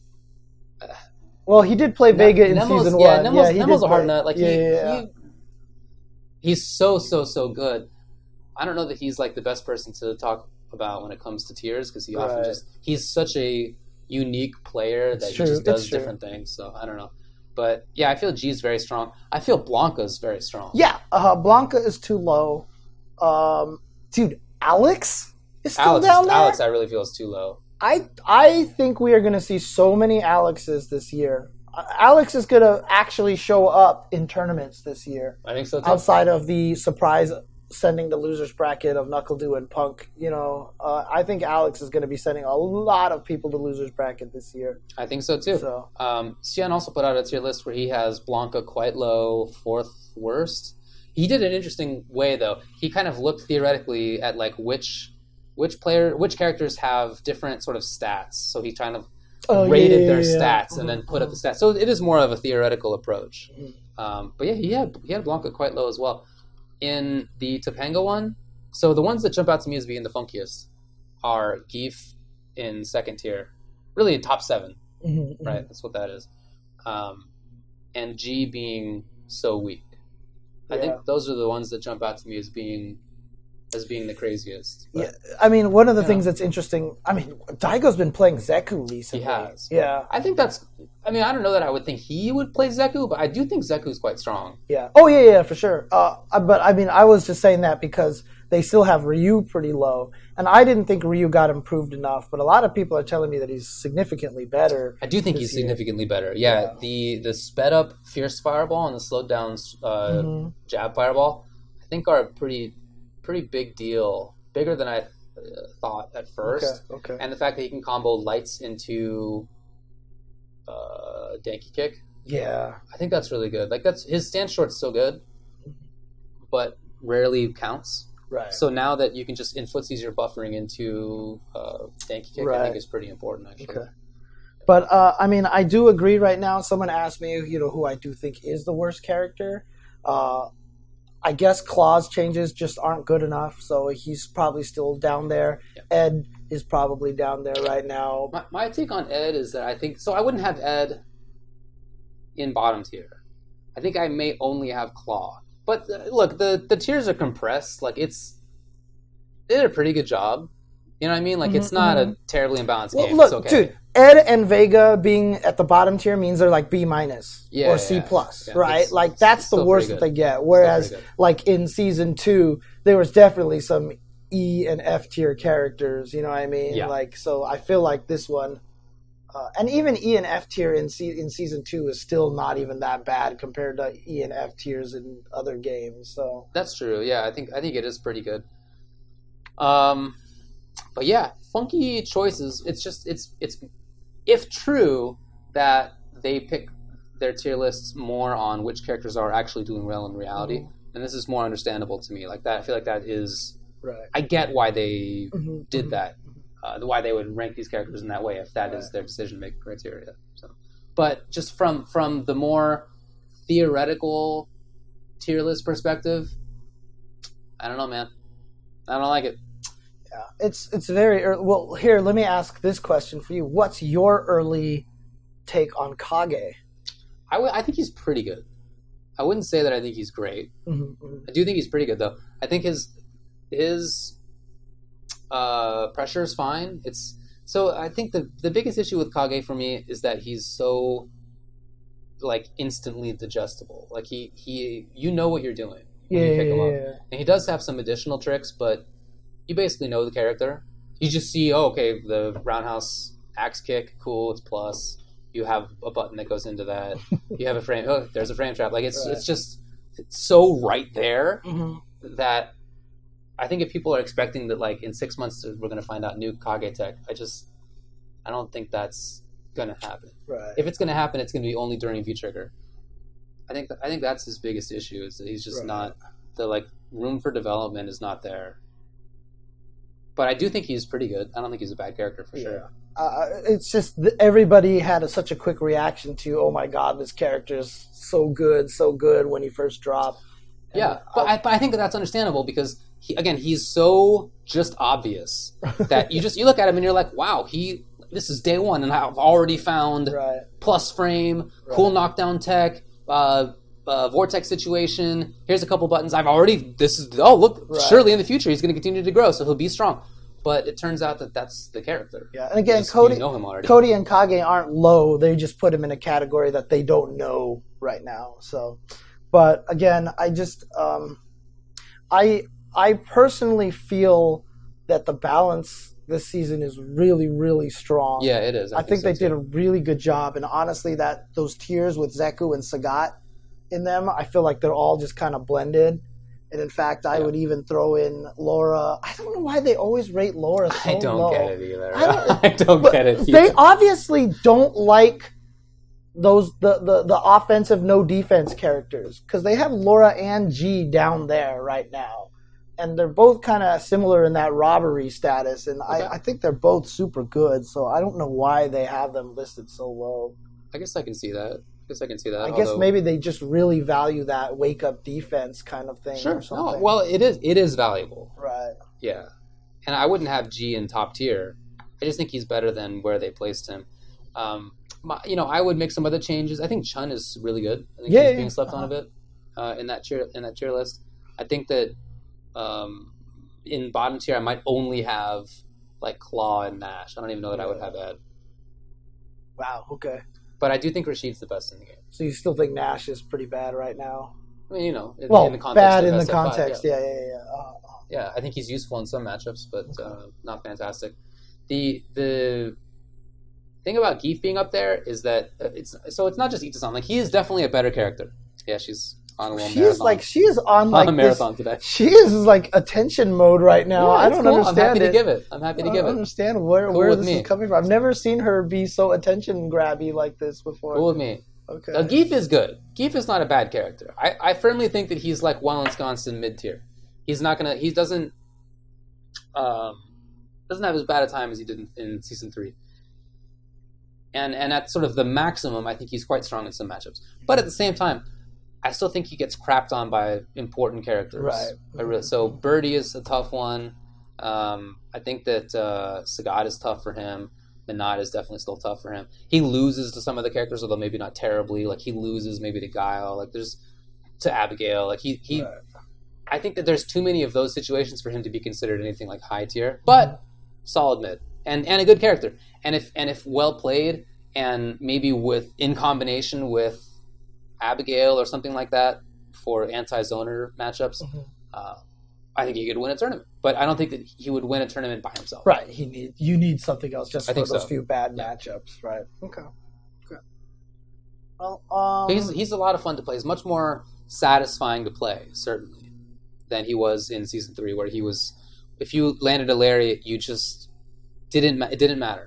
I think it's cool. I didn't even realize bad lariat didn't push him as far away. So the fact that you can suck them in afterwards if they quick rise, I think is a huge that's a huge buff to V Trigger 1. Yeah, for sure. So so it doesn't feel as bad to land lariat because you're not across the entire screen anymore. Right. You don't have like all this space to make up.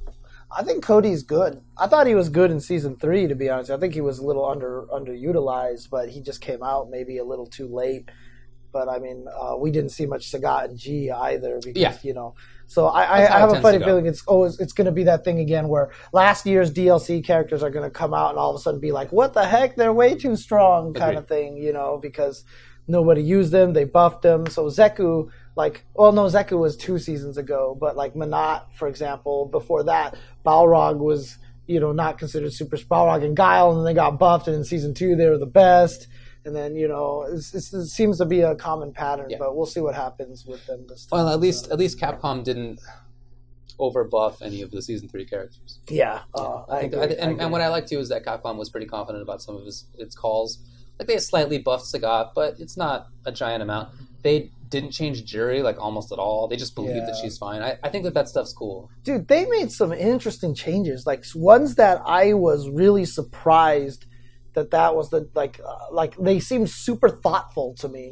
They're like, we got rid of the crush counter on this move because it was hard to confirm whether you knocked them off their feet or blah, blah, blah. And I was like, they made interesting changes that I thought was really, really well thought out. So I was really happy with it. And I'm really, really looking forward to the season this year. I feel like the character variety is going to be super strong. I think so too. So I'm excited. I think so too. Yeah. Footsies are really fun in the season. I think it's really good right now. I don't think that they gave up on Jury. I just think that they think Jury's pretty good and doesn't need substantial buffs. And I basically agree with that. I mean, she's clearly not a top tier character, and to be top tier would need buffs. Right. But I don't think that's necessary. I think she's a little underrated. So, to make it sort of an ideal situation, I think you would buff her a little bit. Right. But I think she's okay. So Jeff Rocks actually asks, do we think Street Fighter V is almost over? In other words, do we think that Street Fighter 6 is coming anytime in the horizon or something like that? I don't. Yeah. Do you? No. Because let's say they said, let's start working on Street Fighter 6 2 years ago, right? That's still another 3 years left to get to a point where they have a game. I just think that it takes much longer for people to make a game than people are expecting, especially for something like Street Fighter 6, where they probably have a bunch of lessons to be learned about Street Fighter 5 and want to do a little bit more intelligently. So I hear that. Yeah, make sure that they release a game that has features. Anyways, well, maybe MvCI didn't take a long time to make, but that's another story. Yeah. Okay. Yeah, I think that's a while off. Okay. Well, and I hope it's a while off as well. I'd like to keep playing as well. Okay. Personally. Do you want to talk about the last 5-5 matchup topic? So, what do you got? Someone put out a video, said how I would fix Street Fighter V, and I watched it, and I agreed with a lot of it. So I tweeted it out, and I know some people didn't agree with it. I know you weren't a fan of the video very much. Do you remember the dude's name? Shoot. Put it in the chat, because I'd like to give credit where credit's due. It was certainly a well-produced video. Yeah, I didn't have any issues with that. I thought that was cool, to be honest. Let's see if I can see where it is. It definitely generated a bunch of topics here. And there was a couple of things in there that were the main things that I agreed with. Here we go. Dude Master Supreme. Dude Master FGC on Twitter. I actually don't know how I could have forgotten that name. What a genius name. Dude Master FGC nice work is out his there. Twitter. Yeah, Dude Master. Okay. Yes. But I'm not even joking. I think that's cool. Yeah. So there's definitely a couple of things in that video that I do highly agree with. Like I said I agree with most of it, and a lot of it is very much in connection with a lot of things that I've been complaining about the game recently. The two things that really struck me as stuff that I agree with a lot is that I do think the game is too frame data reliant. Right? I think it's more frame data reliant than most other fighting games out there, because there's no way to, I use this phrase all the time, disrespect the frame data, right? There's no parries. So it doesn't matter if if I'm not punishable, if I'm -2, if I'm -1, if I'm +7, if I'm +3, I can parry your counterattack. Yeah. I can uppercut your counterattack. I could backdash your counterattack. In third strike, maybe not uppercut. Right. Well, I'm just saying through all the different games, right? Okay, I can guard impact your counter. As long as I'm not punishable, I can do something. And Street Fighter V without meter is the only game where that is not possible. Like, even a game like Tekken that's super frame data heavy, the best counter is standing punch, which everyone can high crush, or low punch, which everyone can low parry. And even if you're -5, you can usually sidestep the 10 frame punches, right? So there's always a way to disrespect that frame data. And I feel like that's really important for people to be able to play the game. It's a reason why in Street Fighter 4 and in Street Fighter 5 Season 1, everyone mashed uppercuts with Ken. They just mashed it because that gave them the ability to do stuff. And I like that better. If we made it so that only the heavy uppercuts were the ones that had any invincibility, then they could mash that to their heart's content. You could punish it for free. And then the player feels like they made a mistake. There's a visual, oh, you blocked my uppercut, now I died kind of thing. Whereas opposed, we're like, because the way that I was talking to Sajam about it, he was like, it's very straightforward. If you keep throwing rock and I keep throwing paper, you're always going to lose, right? So if you're -2, if I'm +2 and you keep hitting a button, I keep dying, then it's very clear, right? And I was like, but the problem with it is a lot of people who play Street Fighter V will see it as then, okay, well then I'll throw my paper against your rock, but I lost. Like, what? Why did that happen? And that's very much, so like, you feel like you're doing the same thing that they're doing. Oh. But the problem is you're not actually doing the same thing that they're doing, because for some reason Karen's crouching medium kick, which looks fast, is -4, whereas Colleen's, which is a slow move, is +1. So you're fighting this Colleen who's doing crouching medium kick all day. You try to hit a button, you lose. And you're a Karen, and then you do crouching medium kick and try to hit a button, and then you die. Right? It's a very frame data heavy, and there's no visual way to realize, even in Tekken and Soul Calibur, most of the plus moves are very visually obvious that they're plus, because a lot of them have a very top-down attack. Like Dragunov does this, Fang does this, he headbutts you. King has one where he punches downwards, he jumps and leaps at you. Soul Calibur, all the moves that are plus usually either have lightning effects or have a really, really long startup. Like, there's no, like, Cammy stand... charge, Right, there's no Cammy stand strong, which is just plus, even though it's super fast and looks like everything else. For sure. Well, I mean, it's just built off such a different thing. You don't want to get your move blocked in most situations, right? It's just a very different... Right. I don't know that it's a good comparison, because that fundamental idea is so different. Yeah. And I'm fine if different characters have different options. Like if you're a Colleen or Karen, what do you say, Karen? Karen, yeah. And you've seen a Colleen do down medium kick and it's plus. I don't know why you would think that yours is plus, and I don't want you to think that yours is plus, right? I want different characters to have different options. Yeah, for sure. I don't. That's fine, but I do think that you're right that SF5 is more frame data heavy with fewer ways around. I think that's like an accurate observation. Right. Sometimes, you got to like separate whether people are just being like nostalgic about one thing or another, right? Yeah. I think that's real. Right. I don't think that's not like a nostalgic issue. But I like that. And I feel that is its unique aspect. Yes. Every fighting game has its own thing, and I like that in SF5 there are these situations where you got to hold it, and it comes up a lot. Yeah.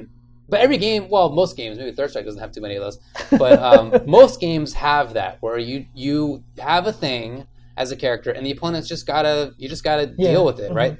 That's quite common, and I like that.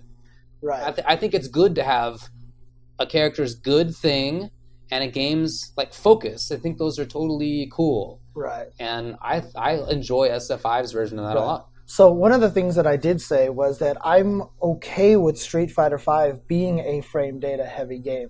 I think the biggest sin is that there's nothing in the game itself that tells you about it, that teaches you about it. Well, that would be nice. Right. For sure. So that is something, because like if there was something in the game that was like, look, frames are really important in this game. Here's the frame data for your character. But like the hardest part right now is like if I'm a person who watches all the CPT stuff and I don't understand frames, so all these guys are going, oh, he's +3 and this don't mean anything to you.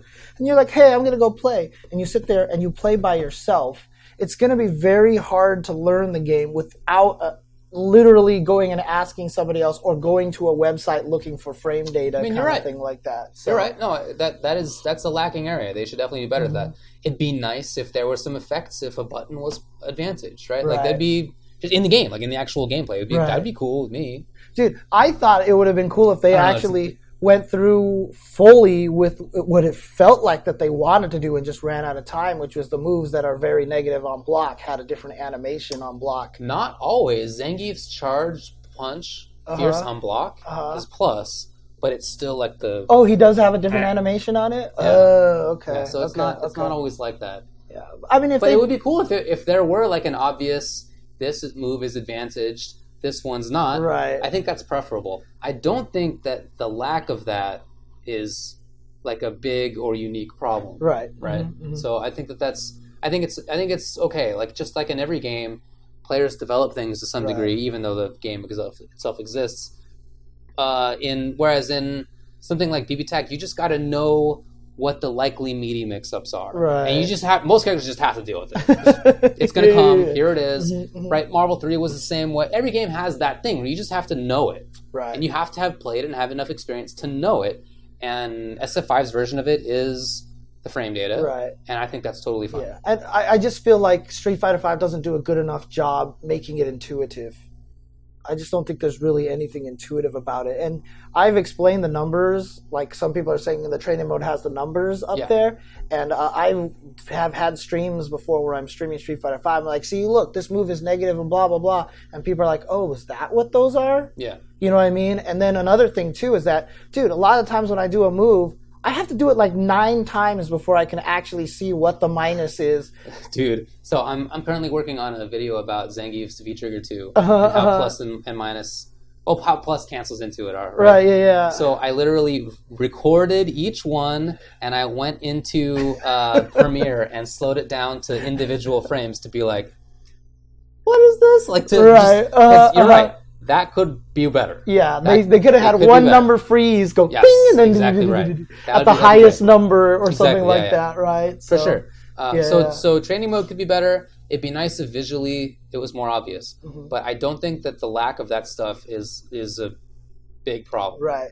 And, to be fair, High Fight in the chat says that he thinks Street Fighter V is very easy to understand. Well, I think if you understand frames, then Street Fighter V becomes very straightforward, right? Frames. If you just play enough, like, you come to know what is advantage and what's not. You have to play a lot, right? But that's certainly just findable information via organic gameplay. I don't think that you need frame data, but you do need to either way have a level of expertise. Right. I think that's good. I'm cool with that. I mean, one of the things about it, though, is that a lot of the other games, distance plays into a huge factor. Yeah. Which Street Fighter, like I played Soul Calibur. I don't know frame data in Soul Calibur, but I can just attack from ranges, and I'm just not in a range where it kind of matters. I don't know, man. I think that it does matter. It's just that, as you said, in SF5, there are a few ways to escape that situation. Right. So I think you're right about that. I think that is a true observation. I just think that that's not... So that is accurate. I think that's like not a partial statement. Or not, that is an impartial statement. But whether that's good or bad is just subjective. Right? That's all. Right. Like, do you like it or not? And I like it because it is a different and more focused take than other Street Fighter games have had, than most other fighting games have had. Yeah, and I think that's good. I would be more annoyed if SF5 played much more like Third Strike or SF4 or ST. I can play those games. I don't need to have them again in SF5. I want it to be different. And I like that there's this new version. The one thing that the reason why, because a lot of people, the one argument that I always hate is that, just put in the time. If you didn't want to learn frame data, you're not serious enough in the first place, right? I've always hated that argument because there are about a billion things in the world that you can do that are fun, that you feel like is worth spending your time on, right? Yes. And so if you saying someone, you know what, if you didn't want to study the frame data, obviously you didn't have the ability at all. No, that guy could probably learn to become the greatest guitarist in the world. He obviously has the dedication. It just depends on how you present stuff. Again, I've talked about this. I don't think the psychology in Street Fighter V is very strong. I think the game is very panic-inducing, very frustration-inducing. And I think that causes a lot of people to not want to play the game a lot. And everybody that I talk to about the game always says the same thing. Yeah, I don't know what it is, why this game makes me panic more than any other fighting game and stuff. And a lot of it has to do with that frame data thing, because you do have to study all these numbers. And every time you fight a brand new character, it's like, I got to study this new number. Well, I wouldn't say that it's because of the frame data. It's because, as we've been talking about, you can't easily escape situations. Mm-hmm. Those situations are being disadvantaged on block. That's the situation. But the numbers of it, I wouldn't say are the important thing. The important thing is the inability to easily escape. Right. As with any game, if you're going to be good at it, you need to know a lot about it. Mm-hmm. And I'm fine with that, with there being that barrier of needing to know stuff. Right. It's totally cool with me. But again, the hardest part is that I don't feel like the game provides you the ability to know that stuff. It could do better, easily. For sure. That's one of the biggest problems. I just don't think that it's a big problem that it's not there. I think that there's too much sort of negativity when it comes to SF5, the gameplay. The larger video game has often had big problems. Yeah, there's no doubt. Sure. But when it comes to the gameplay itself, I feel like a lot of people like Street Fighter V. A lot of people do. Yeah. Uh-huh. I'm one of them now, and that side of it is like rarely represented. If you really like a game, you're rarely going to be on Twitter talking about how much it's cool. Mm-hmm. Humans, and I do the same, are more likely to complain about something than to laud it. Right? We all do that. That's been the case with every game. SF4 had a ton of complaints, but largely those complaints didn't come from players who were still playing the game in year 4. Right. In most cases, people had moved on, they quit it, they didn't like it, but they're still complaining. Mm-hmm. Certainly there were some people who continued to play and complain, but I feel like in SF5 it's the same. Like, it gets a lot of complaints because it's the most paid attention to, biggest game. Most people have tried it out or watched it and maybe didn't like it, but plenty of players still like watching it. Plenty of people still like playing it. Plenty of people still like watching it. I mean, trust me, I have this conversation all the time. Everyone always tells me that Street Fighter V, nobody likes it. And I'm like, what is wrong with you? Okay, right? But I think that I'm always defending it. It's interesting because I'm always on both sides. I'm like arguing everything in every direction for this game. It's a weird situation. But I think part of the issue is to recognize that it's not everybody saying that, right? That's you are confronted with complaints about the game regularly, as I am, but it's in no sense everybody. Right. Most people, I would venture, who are actively playing and watching the game don't hate it. Right. I think that they don't. Yeah, I mean, I guess the hardest part about having the game be about frame data, the reason why, because like every game is going to need frame data at the highest level. You're going to want to learn some frame data, right? Yeah, I mean, if there's some games that you won't matter, right? Like ST, I don't think anybody cares what the frame data is. MvC2, nobody cares what the frame data is for those games. You can study all the frame data you want. That's not going to change how you're going to play the game at all. You're not going to get that much better than anybody else. I think if we were to have gone back in time, I would like to have known how fast my anti-airs were. I would like to have known for sure whether Bison scissor kicks were going to be plus or not. Right, I think that would have been valuable info. I had to spend a long time figuring it out by just playing, and now I basically know when scissors are safe or not. Or maybe I used to, because I'm bad now. But I used to know that stuff. Because the thing about it is also, there's two things, right? Very few moves leave you right next to each other in Super Turbo. Yeah. And two, throws are one frame. So anything that left you there, it didn't matter. You got thrown. You knew right away if a move was punishable. I mean, you had to not necessarily. You had to figure it out, right? You had to try it or see somebody else do it. So in any sense, but that it was would the have been panic helpful move. if we had just known this is -1, you can punish. Like, that would have been helpful at the time. Right. It's not important now because we've been playing it for so long, and it wasn't even important 10 years ago where we've already been playing it so long. But if we could go back in time and have all the frame data instantly, I think that would have been helpful, yeah, for sure. I don't think it would have made too much of a difference, to be honest with you. It would have changed our development. Because, I mean, again, in SF5, the importance isn't the numbers themselves. It's just whether you can press a button again or not, basically. Right. That's something that we would just all figure out over time if we didn't have frame data. Right. If we were going to play this game for 25 years like we have for Street Fighter 2 games, you would just know all of that info. Right. And maybe you wouldn't be able to describe it as +3 or whatever, right. but you would know the important stuff.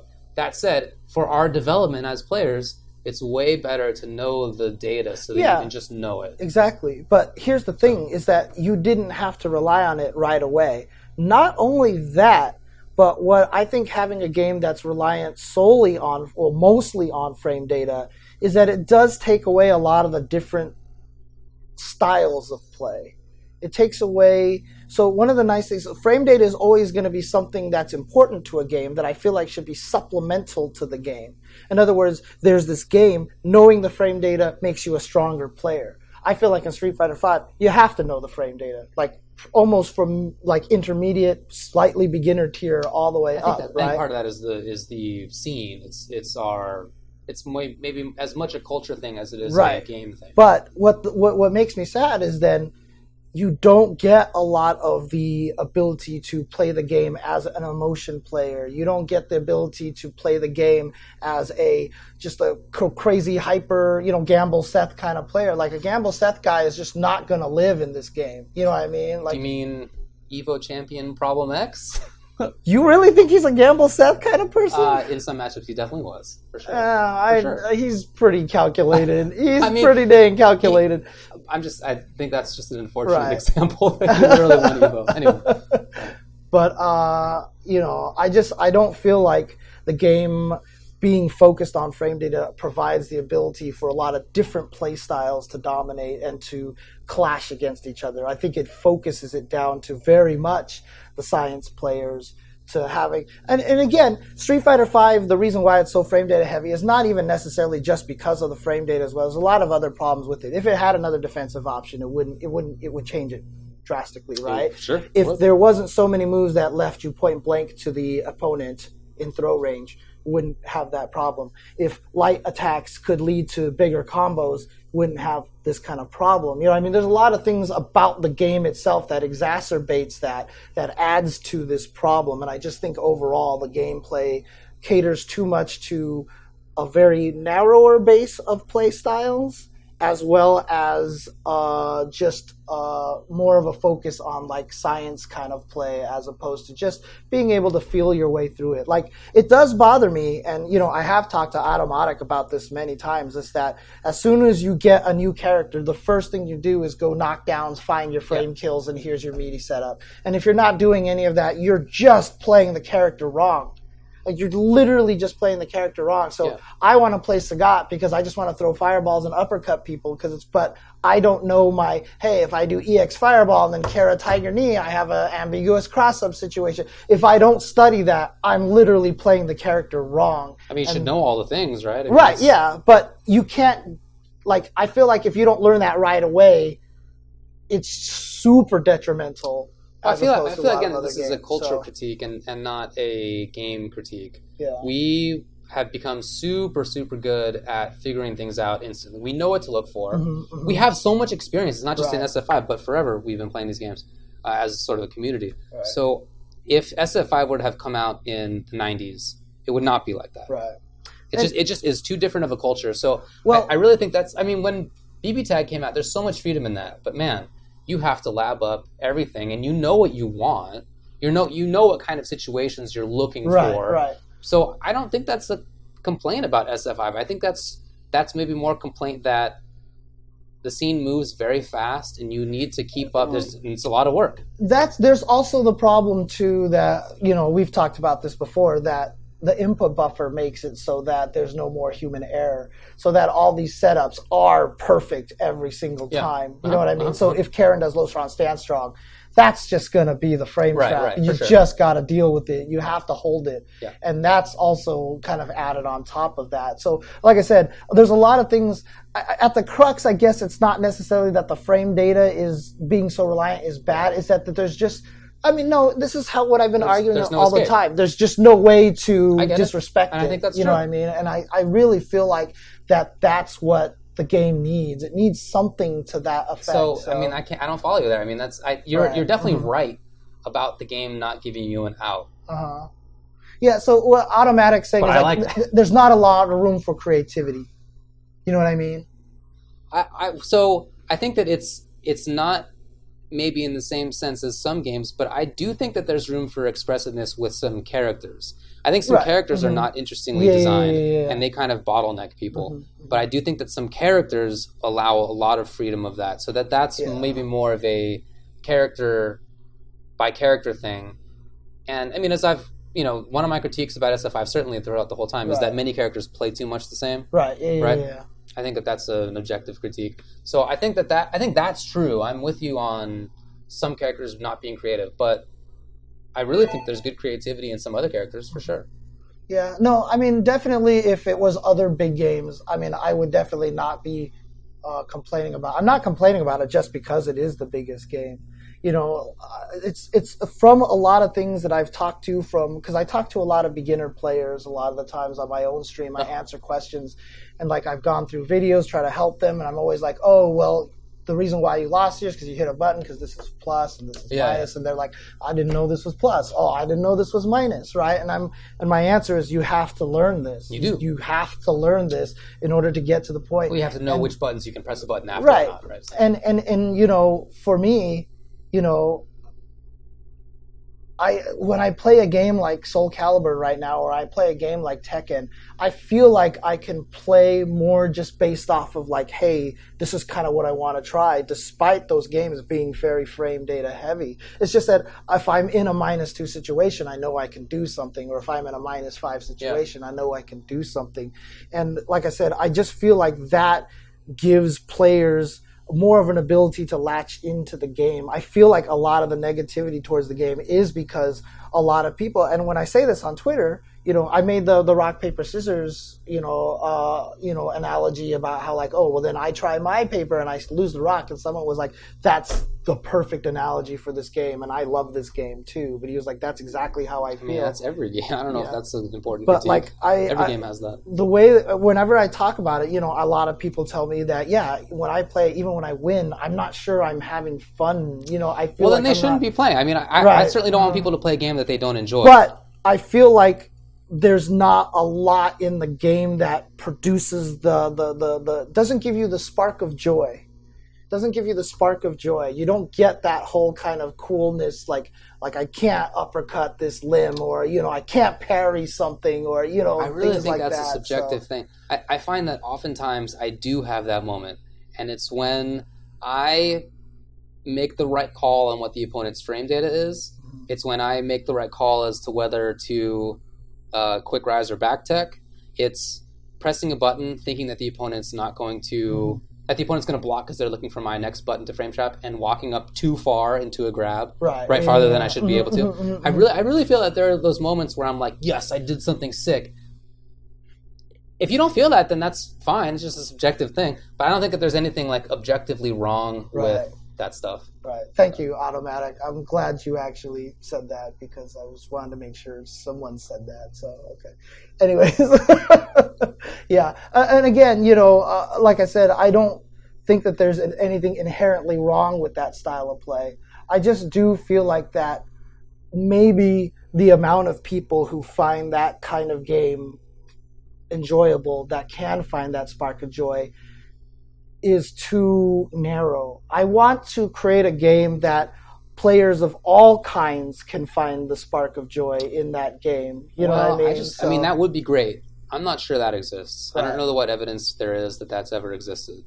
I mean, honestly, I think that was one of the cool things about Street Fighter 4. is that I really felt like that there was a big variety of different styles in that game. So I'm not sure I can agree with that. Because I think that game, if any game absolutely required that you did certain homework. Well, that was more Vortex, but the thing is, that game option also selects. I mean, you had if you didn't have an OS, you were not competitive. But that's the thing, right? At the highest levels, again, it's the highest levels. If it was only you needed the frame data for Street Fighter V at the highest levels, I'm okay with that. It's really the intermediate levels that I'm the most concerned about, right? So when you play Street Fighter 4, you can backdash through. Right, you can backdash it. Well, see, that's the thing is, we talked about this earlier. We want as many people to play these games as possible. Yes, definitely. And I want more people to play it. And that is where my concern is that I feel like at the intermediate level, as long as you don't give people invincible uppercuts or invincible backdashes or a parry or a guard impact or something, then you're going to lose more players because you're narrowing down what people can find joy out of the game. Because in Street Fighter 4, there were characters that were execution heavy. There were characters that weren't execution heavy. There were characters that were just like, I feel like doing this at the time, so someone like Marn or Punko could be successful. Then there were the characters that controlled the pace really, really well. There was the zoning characters. And I felt like that was kind of where the strength of that game lay. Is that depending on who you are, you could find that character that gives you what you want out of the fighting game. And I think Street Fighter V limits that tremendously to a very small, although Season 3 was better. Season 3 was better. As I said, I definitely agree with you that in early seasons it was like that. But I feel that the idea that it's not something that caters to many players is just belied by the fact that it's the most entered game consistently. Not categorically anymore, but consistently. I don't know why, other than to hear the complaints of people who largely, I think, aren't actively playing the game. I don't know why you would think that it's not like appealing to lots of players. If it doesn't appeal to you, and I don't have any negative judgments about that, then that's fine. Right. But I think that it's not great to apply that to other people. Certainly some people agree with that, but I really think that there's a lot of people who are playing the game and watching the game actively who enjoy it. And it's the biggest fighting game scene, so I just I don't think that that's true. The cats are going wild. Cats are fighting each other right now. Yeah, man. I mean, I think it's very rare in FGC history that we've had a game that really caters to everybody. I think that's super rare, and I think that's fine because we've always had multiple fighting games. Right. Yeah. And that's cool. And I definitely don't want somebody to play a game that they don't like. There's a ton of good games right now. And people who don't like SF5 should definitely check out other games because there's a lot of great choices. But nevertheless, people are still playing the game, and I think part of that is because they like it. Yeah. Okay. Well, I don't think SF5 is for accountants. I really think that the idea that it is a robots game is way overinflated. Well, the tricky part about it is sorry to accountants. It's not robotic. Yeah. It's that the game. Every time I teach the game on my stream, I talk about the Street Fighter V RPS because it's such a huge factor of the game, right? Do you mean mix-ups? But the mix-up is the throw, attack, shimmy mix-up. It's a large portion of it, and so much of the game is that. Yeah. And that part right there is not robotic at all. Yeah. Right? That part, the reason why someone like Tokido is successful is because he's so good at reading the opponent's patterns, tendencies, and in this situation, I know he reacts this way, so I have this proper response, blah, blah, blah, blah, blah. So I totally get you on that one. It's not a robotic game. It's just that, it's a very defined kind of mix-up situation, you know what I mean? But in order to succeed in the game, you have to have the proper understanding. And the reason why I feel like guys like Punk and NuckleDu are successful is that they're very good at not putting themselves into patterns. They're very good. Totally. That's why NuckleDu wakes up with crouching medium kick into overhead and kills the shimmy. Hard to read, for sure. And that's a talent, and that is definitely not a robotic thing. That is definitely that's something a that mental is thing. In every fighting game. Right, like exactly.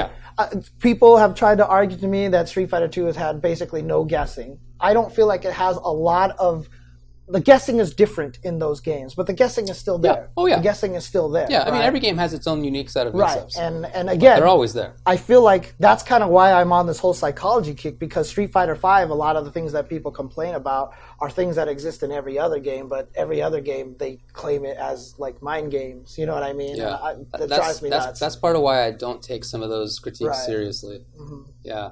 I really think that a lot of that is just subjectivity, which is fine and totally on its own defensible. But you can't apply that to more people than the people who claim that. Yeah. And I think that number is fewer than you would suggest. Well, man, SF4, I don't miss, to be honest. It's funny because to me, I don't think it was a bad game, to be clear, but I never felt that it was a game that I really enjoyed. Maybe in vanilla when I was winning tournaments, because winning tournaments is fun. Right? Just by itself. I mean, I'll be honest with you. I like 5 more than 4. Yeah, me too. I like 5 more than 4 because I thought 4 got ruined by the Vortex. Because I thought the Vortex was... That was a bummer. And to be honest with you, I personally think the Vortex in Street Fighter 4 has been like the biggest bane of the last 10 years, last 15 years of Street Fighter. Because the Vortex was so prevalent in Street Fighter 4, so much of Street Fighter V was kind of built around that. The quick rise, back roll kind of mix up. The fact that sweeps are all minus 10 or more is because of the Vortex. You know, hey, let's create this weird system of crush counter priority system. You know, I feel like the Vortex was just... They were thinking about it. Yeah, and honestly, someone asked me, so do you think they should make Street Fighter 6 by looking at what was wrong with Street Fighter 5? And I'm like, no. Yeah. I'm like, just make a fighting game, have your vision in it, and just balance your vision. Don't make a game based off of the mistakes of a previous game. And I really, and honestly, the Vortex made me quit Street Fighter 4. I was so sick of the Vortex that I was just like, I'm done with this game. I'm not playing Street Fighter anymore. I mean, that was literally my complaint about the game. I was like, I'm not playing Street Fighter anymore. I'm just stupid left, right. What is happening? It's it's dumb, right? So, I mean, keep in mind, like I said, I'm coming from a weird place because I'm very good at seeing both sides of things, and I can complain about games and I can praise games all over the place, right? So, it just depends on what the situation is. Like I said, I even though I use Street Fighter 4 as an example of something good, I still like 5 better as a game. I do too. I think it's better in a bunch of ways. Mm-hmm. I like the mix-ups just as well. Yeah, Street Fighter 5 is actually not Vortex heavy because every one of those options that you have, every option that you have on those situations is counterable. Yeah. Like literally, if Akuma swept you, every option that his mix-up was uncounterable. You could make the right choice. I mean, you have to. You had to block it. You just had to block the right way, or stop the demon flip throw. Yeah, right. Yeah. I mean, so they always had solutions, but the Vortex means that you're doing very strong mix-ups that lead back into themselves, in an oppressive way. But then, even if you guess right on Akuma blocking the cross-up Tatsu, for example, you were super negative and you had to deal with the mix-up again. At least in Street Fighter V, when you had the right guess, except for certain moves like a Mika towards medium punch or towards heavy punch, like instead of like Lady Mika or something like that. But if you know they're going to shimmy, you low forward them, you punish them. If you know they're gonna, go for the throw and you wake up button, you can punish them. There's more of a negative repercussion to the mix-up in Street Fighter V. So for sure. So I also think footsies are better in SF5. Yeah, I agree with that too. I agree with that because in SF5 Season 4. Yeah, Street Fighter 4 had always that way. Street Fighter 4 had the problem that everybody's footsies was the one button. Oh, that was too common, man. That was too common. It's like Adon roundhouse, Abel step kick, Bison roundhouse. Those were the buttons that you used in footsie, and that was that and focus. That and focus attack was Street Fighter 4 footsies. Not my cup of tea. Yeah. To be clear, I never hated SF4, and I played it a lot, but it was never among my favorite games. Mm-hmm. So again, another reason why I also complain about Street Fighter V a little bit more is because I do know the game, and so I feel like I have a legitimacy to talk about the things that I would not say that you're not legitimate. That's right. Yeah. I think that your description is accurate, but I don't agree with your subjective view of whether that's good or bad. And that's totally fine. Which is fine. Yeah. Exactly. Yeah. That's what happened with me and Sajam. We were talking about it, and he was like, I just don't think we see this the same way. And I'm like, totally fine. You're right. That was it. It was done. So it was cool. Yeah. But anyway, you know what? I don't think that there's a Capcom Connect tonight. Is there? I don't think there is a Capcom Connect tonight because I think they're probably only going to do it once the CPT starts up again, right? Oh, I hadn't thought about it, but that makes sense actually. Right? Yeah, because they don't really have anything to do unless they want to, advertise more costumes and stuff like that. I'm not sure, but anything else to talk about? I mean, the other thing that I wanted to address to that is that I do wish that Street Fighter V had a little bit more neutral. I do feel like I wish it had a little more. The footsies are good, I feel. The footsies that are there are great. Yeah. I enjoy the footsies. Cool. I just wish there was more of it. So that's why I would have liked to have had the V reversal that hits right away and pushes you away and does no damage but resets the neutral, et cetera. Or maybe have more throws so that there literally is no way you could do anything even in the corner or something. I think the game has developed and is continuing to develop in that way. As people over, I mean, it's not just that Capcom's changed the game in ways that promote that, but they have. Right. It's also that as we get better at the game, we're defending better. You know what I mean? As we play the game more and more, we all defend better. We just figure it out. Right. And so it's less commonly the case that if you get knocked down once, you're dead at like a good level, right? Like that's less common than it was before.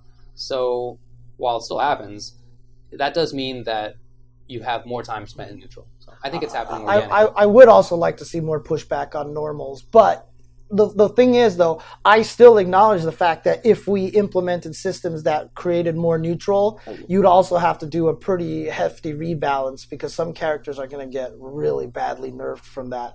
Like Zangief, one of the reasons why he is good is after SPD, he gets to blow you. You're just stuck in his head. For sure. So if it was easier to reset to neutral, it would hurt Zangief a lot. Yeah. You would have to do a lot on top of that. That might be a vortex. Zangief okay, fair enough. But it's rare. Yeah. But again, I recognize that you can't just change that and then Street Fighter V will be fine. Yeah, I hear you. But I would like to see more of the Street Fighter V neutral. You know what I mean? That's why when you picked Daigo versus Problem X as one of your favorite matches, it makes so much sense because it wasn't Daigo making the comeback because he just knock you down, mix up, stun, yay! Right. It was we got to see that awesome neutral, which I do agree exists in the game. Yeah. And I just would like to see it more common. I would like to see it more often than I do, but then maybe that was also a problem that I was playing against G a bunch last time, so I was the only character I fought that whole day. So what? Yeah, literally, I only played one person that whole night. I played. Friday? Yeah, on Friday. I played like 2 to 3 hours of G, and that's painful. Yo, I don't know how I missed this. That in V-Trigger 1, he can whiff cancel, axe kick into command grab. That's crazy, dude. When I got hit by that, I was like, hold on a second. Maybe I need to go back to playing this character. That's wild. Pretty sick. Yeah. G is an interest. The funny thing is, like when I was losing him, I wasn't getting mad at the character because I kind of liked the stuff that he's like. He's cool. Like ST Bison, right? Yeah, he's just all offense and no defense. And not only that, but his buttons are super Street Fighter 2 like because they hit in certain areas and are vulnerable in other areas. So he can do the thing like do the crack kick. And like when you block it at a certain range, he can hit standing light kick, which will beat some lows because of the way that it hits, and it just doesn't have the hurt box. It feels more. It's hard to punish for sure. It's more like Street Fighter 2, which is it's less about whiff punishing. It's just knowing that this button beats this button, and this button beats this button, and this button. Well, I would say that stand short is whiff punishing in that situation, right? Like if the opponent, if you do axe kick and the opponent presses a button that doesn't punish, right, and then you press stand short, you're punishing their. Well, it's just beating it. It's just straight up beating it. So I mean, it shouldn't. Well, if the hurt box is not there and the hit box is lower than the hurt box. Well, I'm just saying that if you're not punishing it, if you're pressing a button that's faster, you're saying if you block with G, the medium kick should miss anyway, right? I don't think that's true. I think no, stand short's whiff punishing the stand medium. Is that what you're talking about? No, the crouching medium. Yeah, so I feel like it. if he was blocking, I would have hit him. But since he hits light kick, it changes his hurt boxes so that it beats the crouching medium kick.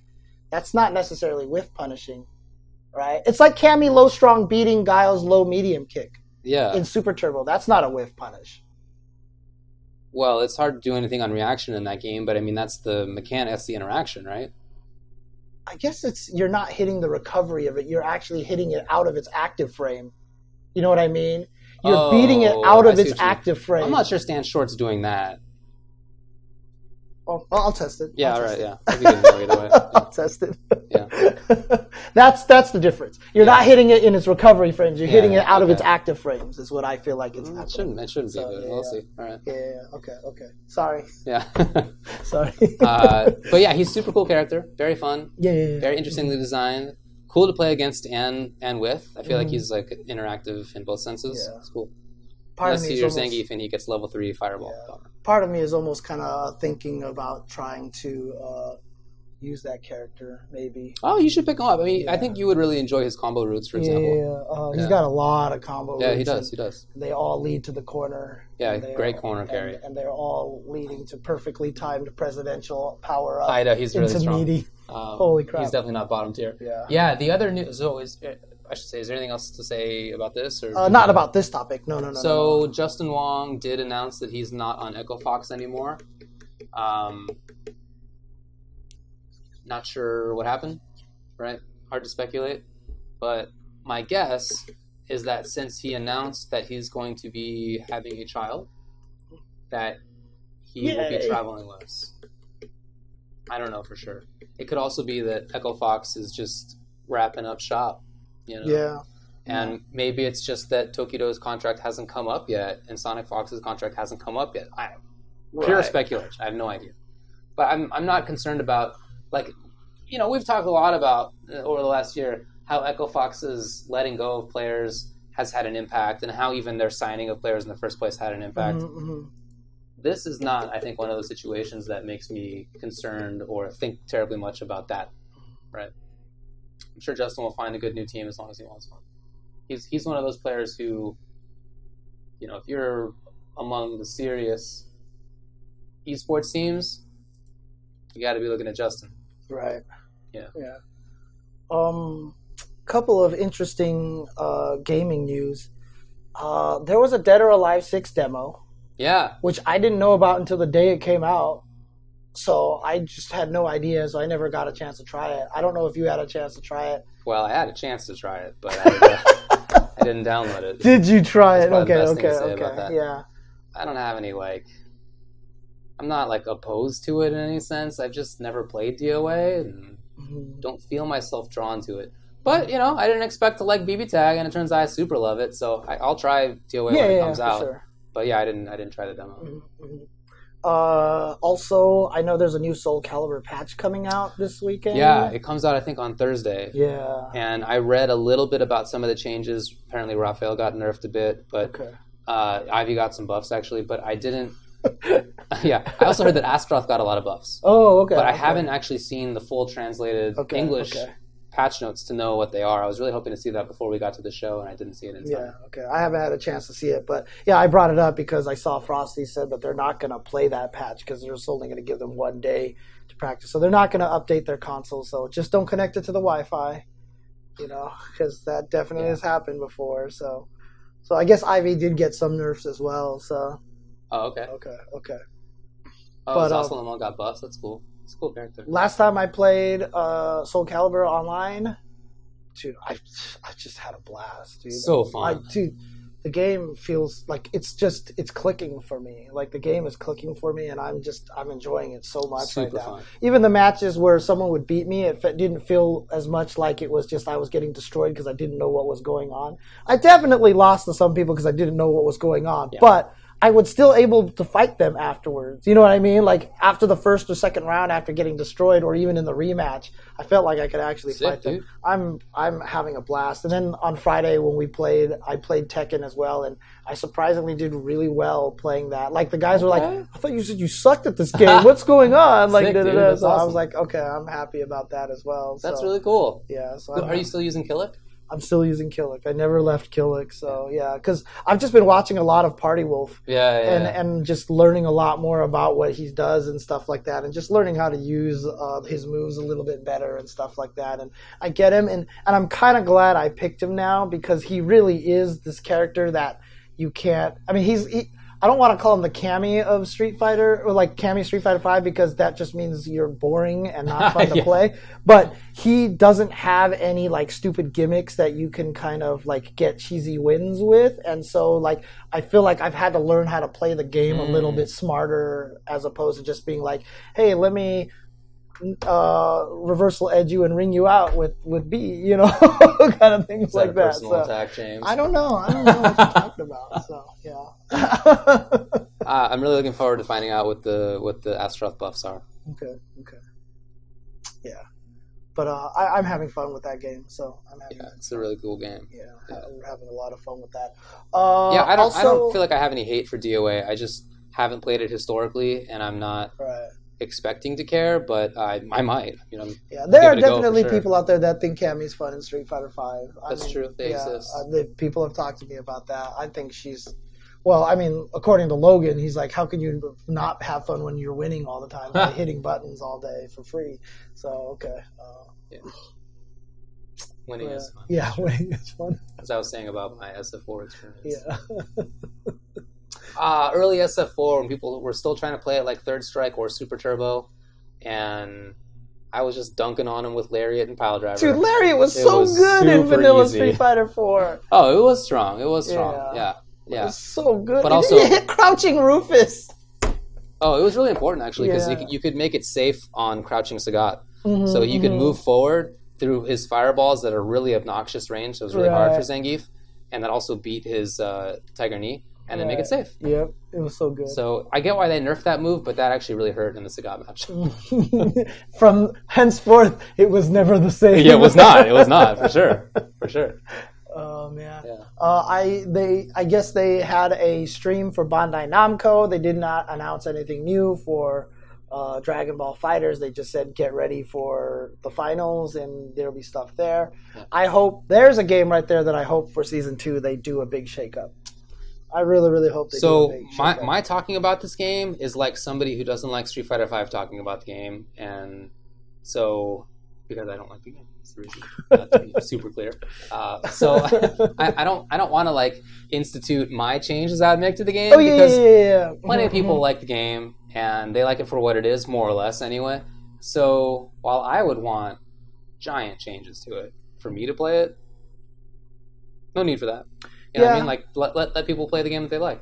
Yeah, that's cool. I mean, I think it's there is something to be said about that, because I know there's a lot of people who were hype about the game who now are actually in that camp where they're just like, it's kind of repetitive at this point. Well, that was me. I mean, I really enjoyed it for the first month, maybe even 2 months.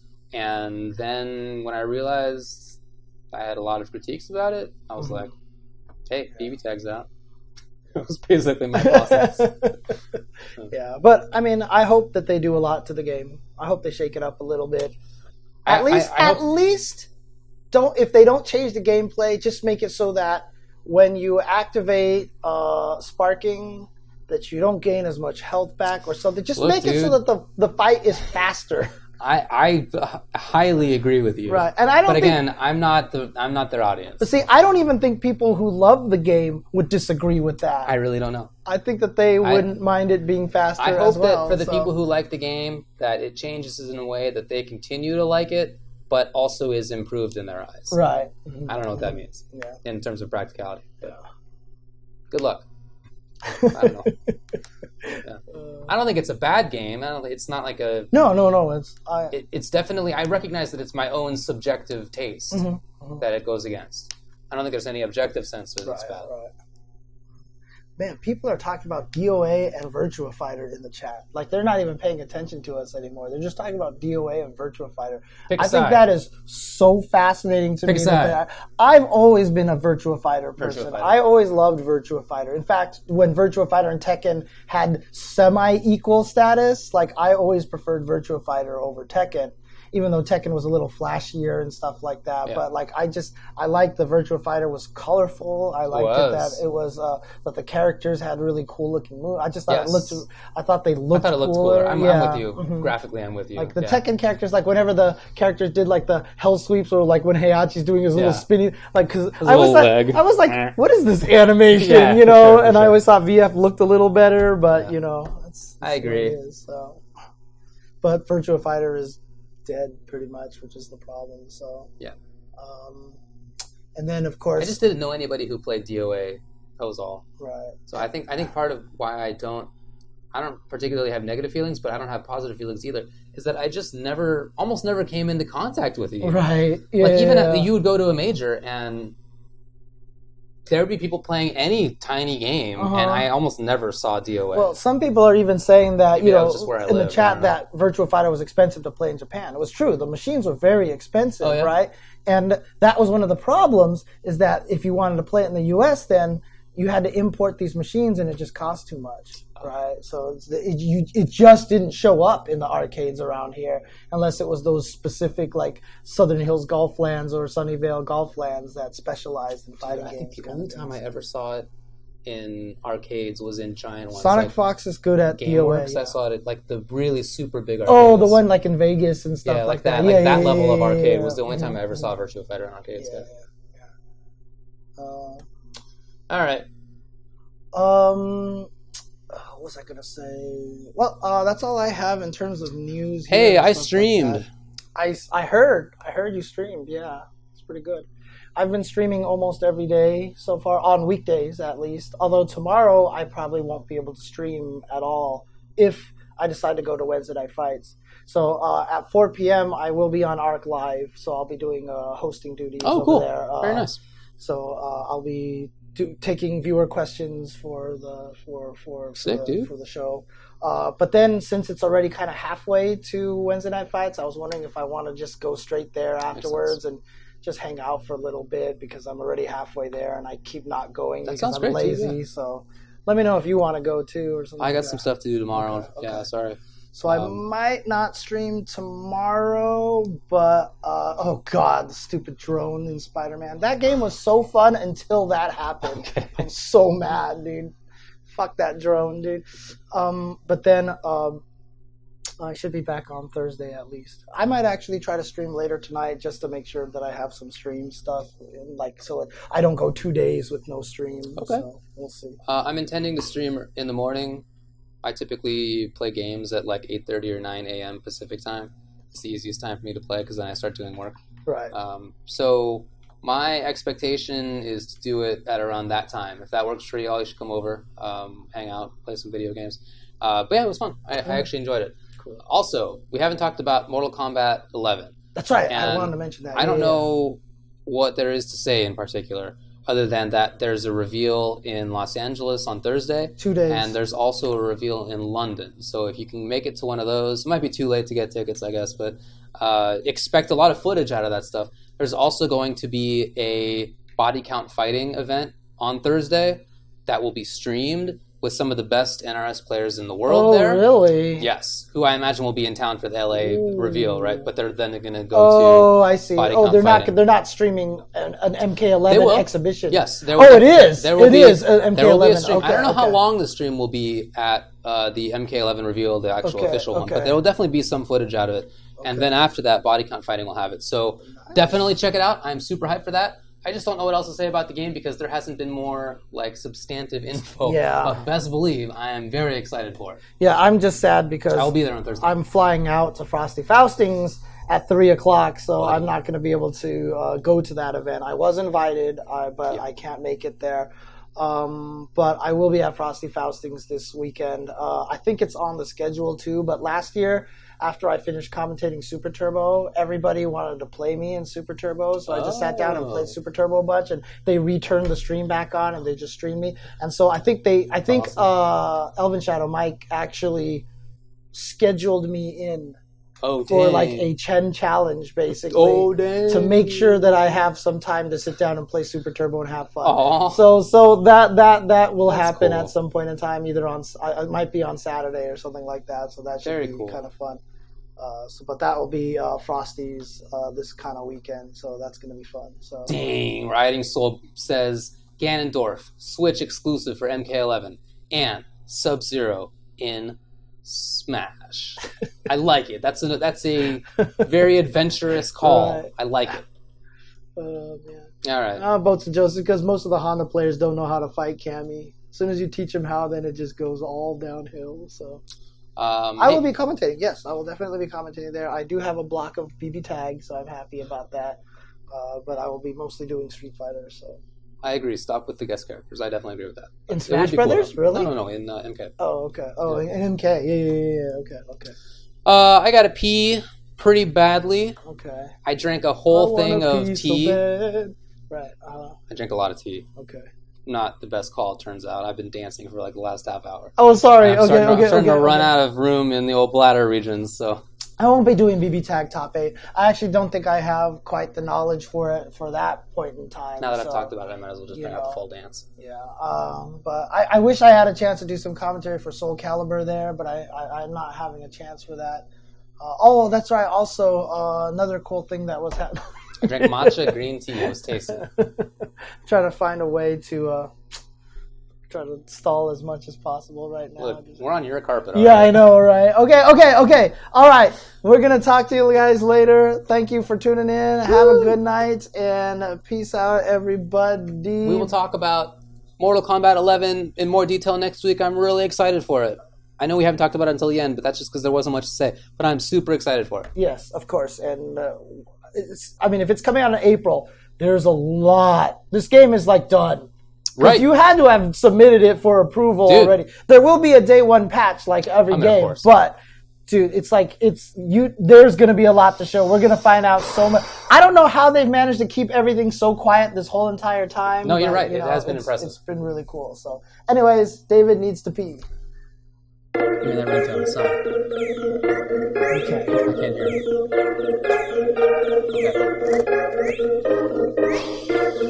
It is my carpet, so I can't do this. So, all right. I'm out.